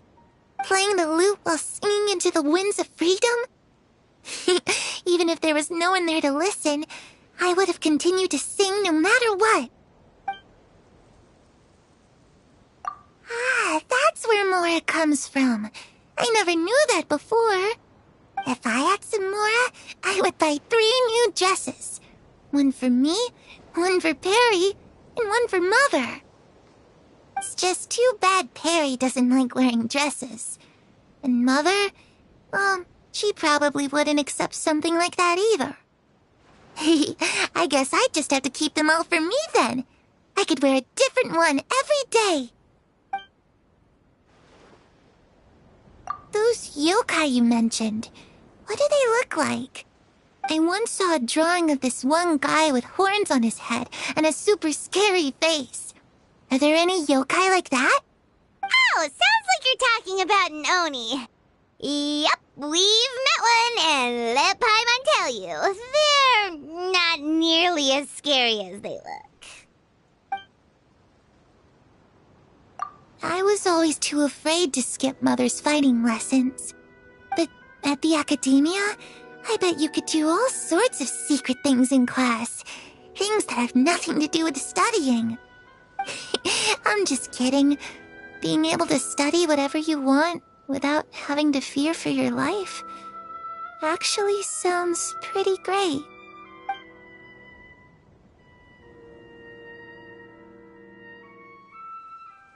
The situation was super dangerous. Lenny and Lynette were accused of committing a crime, and they were going to have to stand trial at the Opera Epicles. Oh no, that must have been hard for all of you. What happened next? Don't worry, we were able to turn the situation around super quickly. All thanks to Detective Paimon, of course. How'd you do that?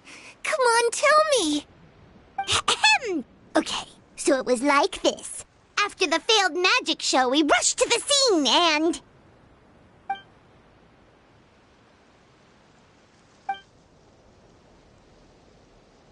Shadows don't have the capacity to learn or grow. Any new information they encounter is quickly forgotten over time.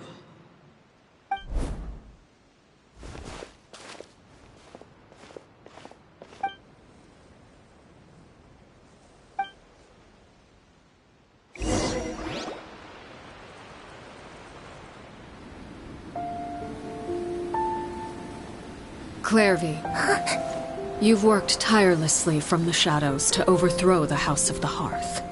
Now, by my authority as the Knave, I shall announce how this matter ends. You are hereby expelled from the House of the Hearth. You are no longer tied to this place, nor are you bound by its rules. You're saying that I can finally leave? I get to experience the outside world as well?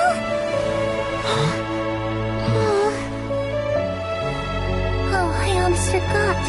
There's no getting older for me. Still, seeing who you grew up to be makes me really happy, Paraware. Take care of yourself. Goodbye. May we meet again someday.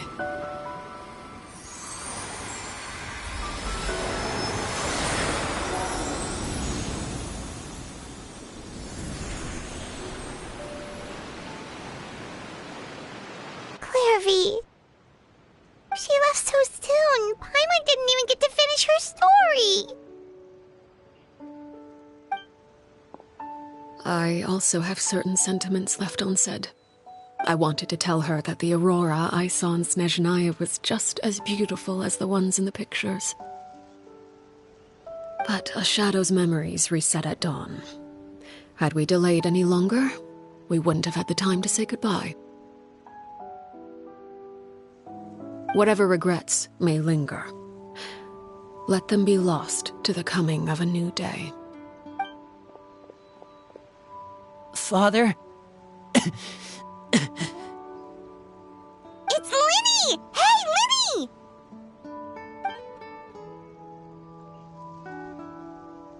What is he doing back here? Let's go check it out.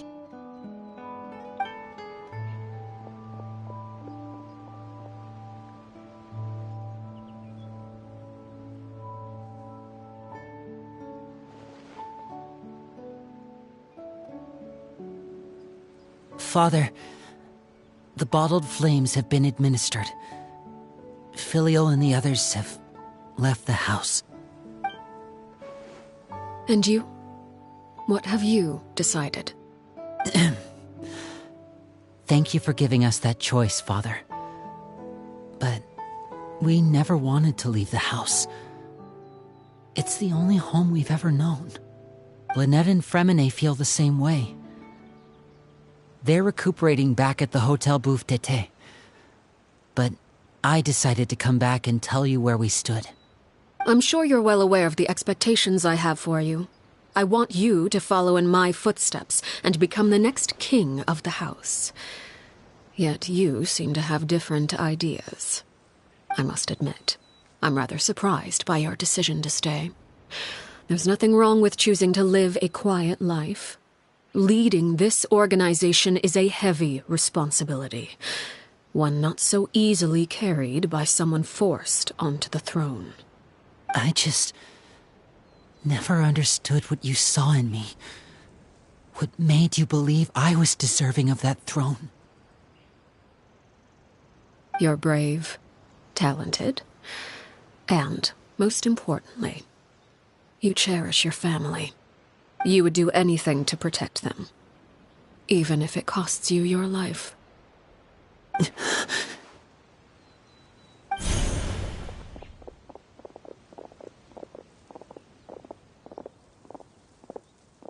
Speaking up back there was so brave of you, Linny. It's all thanks to you that we were able to convince Father to back down. You're a hero, Linny. Hero? Father is the real hero. Had Father gone all out during the duel, there's no way I would have walked away with my life. She must have had it all planned from the beginning, from the very moment she suggested a duel. I'm not deserving of that title. I'm not strong enough or smart enough. You're wrong. In my opinion, all you need to be deserving of the throne is conviction and the necessary strength to act on it. We may have different ideas of what it means to be a family, but you can hardly be said to lack conviction. What you truly lack is strength. For someone of your talent, though, that's something that will come with time. Even without that strength, you still chose to face me in a duel, even though the odds were stacked against you. That capacity to honor your convictions is what I truly see in you. Father. No one knows what the future holds, what tragedy or triumph may be in store. Being at the head of this organization requires the strength of will to face whatever comes. Caution will only hold you back. If reaching a certain standard were required to go after what you want, I would never have succeeded in killing my predecessor. Back then, there was still a considerable gap between our abilities. Strength may decide the ultimate victor, but those who let a lack of strength dictate their decisions or undermine their convictions will never be worthy of the throne. I understand, Father. Thank you. Children must grow up to surpass their parents. Only then can a family continue to flourish. The road ahead is not an easy one, so I'll ask you one last time. Are you certain you want to stay?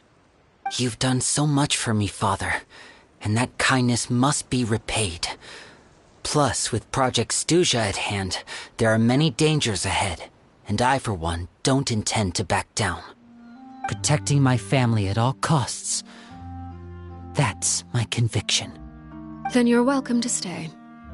As for Project Stuja, you need not be too concerned. If those cowardly businessmen and heartless dignitaries try to take us down, I'm prepared to teach them a lesson. Having members who longed for the light was our organization's last weakness.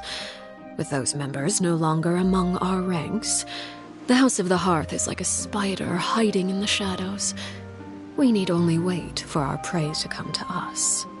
At present, our imperative is to use their plan to our advantage. In doing so, a crimson moon shall rise amid the frigid blizzards of winter. No demonstration of loyalty shall go unrewarded, and no sacrifice shall be in vain. As for the two of you, whether we meet again as friend or foe, I'll remember the camaraderie we shared in this moment. no matter how arduous the journey ahead.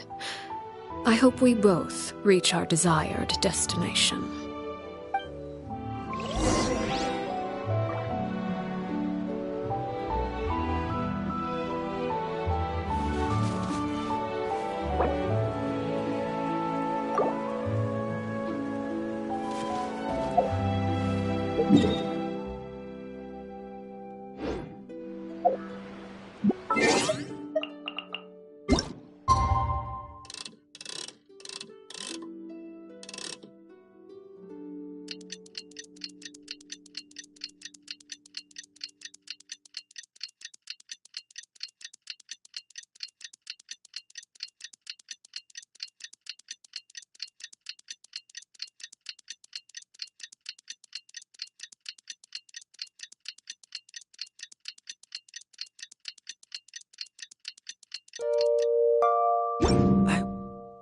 My dear sister Lynette. Didn't Linny say that Lynette and Fremine were recovering at the Hotel Bouffe d'été?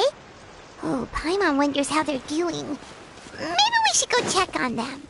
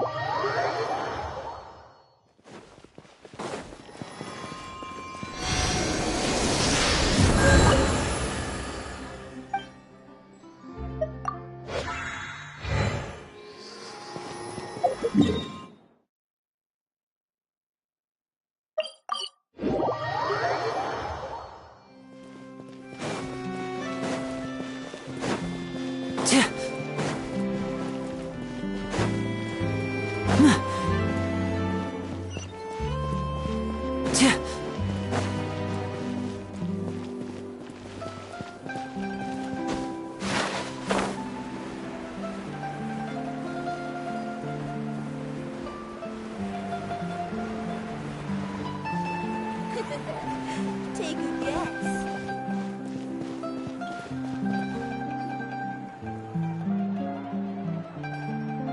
Lynette? Fremine? How are you feeling? Much better. Whew, what a relief. What about you? Are you feeling alright? I knew you'd come out unscathed. Us, on the other hand, well, we've been bedridden for 2 days.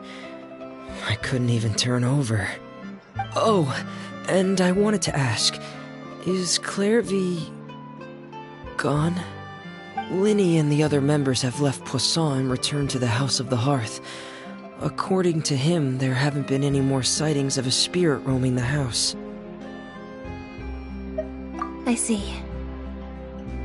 I'm glad. Father came to check up on us 2 days ago and told us about what happened with Crusabina and Clairvy. Actually, I've met Crusabina before. Wait, what? You've met the former knave? Crusabina died a year after Clairvy. It was during the year between their deaths that I joined the House of the Hearth. Crusabina had an extremely cruel and radical way of doing things. While she was alive, the atmosphere in the house was suffocating. When I joined, though, the experiment she valued so much had already come to an end, and all the people involved, dead and injured alike, were gone. Crusabina never talked about the past with us newcomers. A couple of months after I joined, Father killed Crusabina and burned all her files. With that, the names of all the people subjected to her experiments, Clairvy included, were lost to the flames, along with the painful memories they represented. Father took in Lenny and me a couple months after that, but she never mentioned anything about Crusabina or Clairvy. It really seems like something she was planning to keep to herself. The last time you talked to her, did she mention why she kept it a secret for so long? She said she didn't want us to be affected by the darkness of the past. She was worried we'd develop a false sense of gratitude towards her if we knew about it. The foundation of a family should be free of any corrupting influence. Whatever happened in the past, it has nothing to do with who we are now. And that's what Father told us in the end. But I still thanked her for everything. It was only after hearing about what Crucibina did that I finally realized how insignificant our lives could have been. The members of the house meant nothing to her. To say that she valued them in any way, even just as a tool, would probably be giving her too much credit. If Father hadn't taken over the House of the Hearth, I probably would have already... Father rarely brings up the fact that she saved us. She doesn't believe that being indebted to her should be what ties us together. But even if we didn't owe her anything, we would still choose to stay. Because this is our home. We may have arguments or times when we feel wronged. Some people may even choose to leave. But as long as Father is here, we will always have a home. Whether the path before us is bathed in sunlight or shrouded in shadow, we'll follow Father wherever she chooses to go. So I wanted to say thank you for helping us make it through this crisis. Without your help, we could have lost a lot more along the way. Oh, we didn't do anything, really. Of course. You're welcome anytime. Are Filio and Nantoy okay? I actually saw them at a cafe this morning. They didn't recognize me. From what I could tell, they were drinking coffee and talking about one of the operas that started running recently. They seemed happy. If I had to take a guess, I would say they finally found the kind of life they always wished for.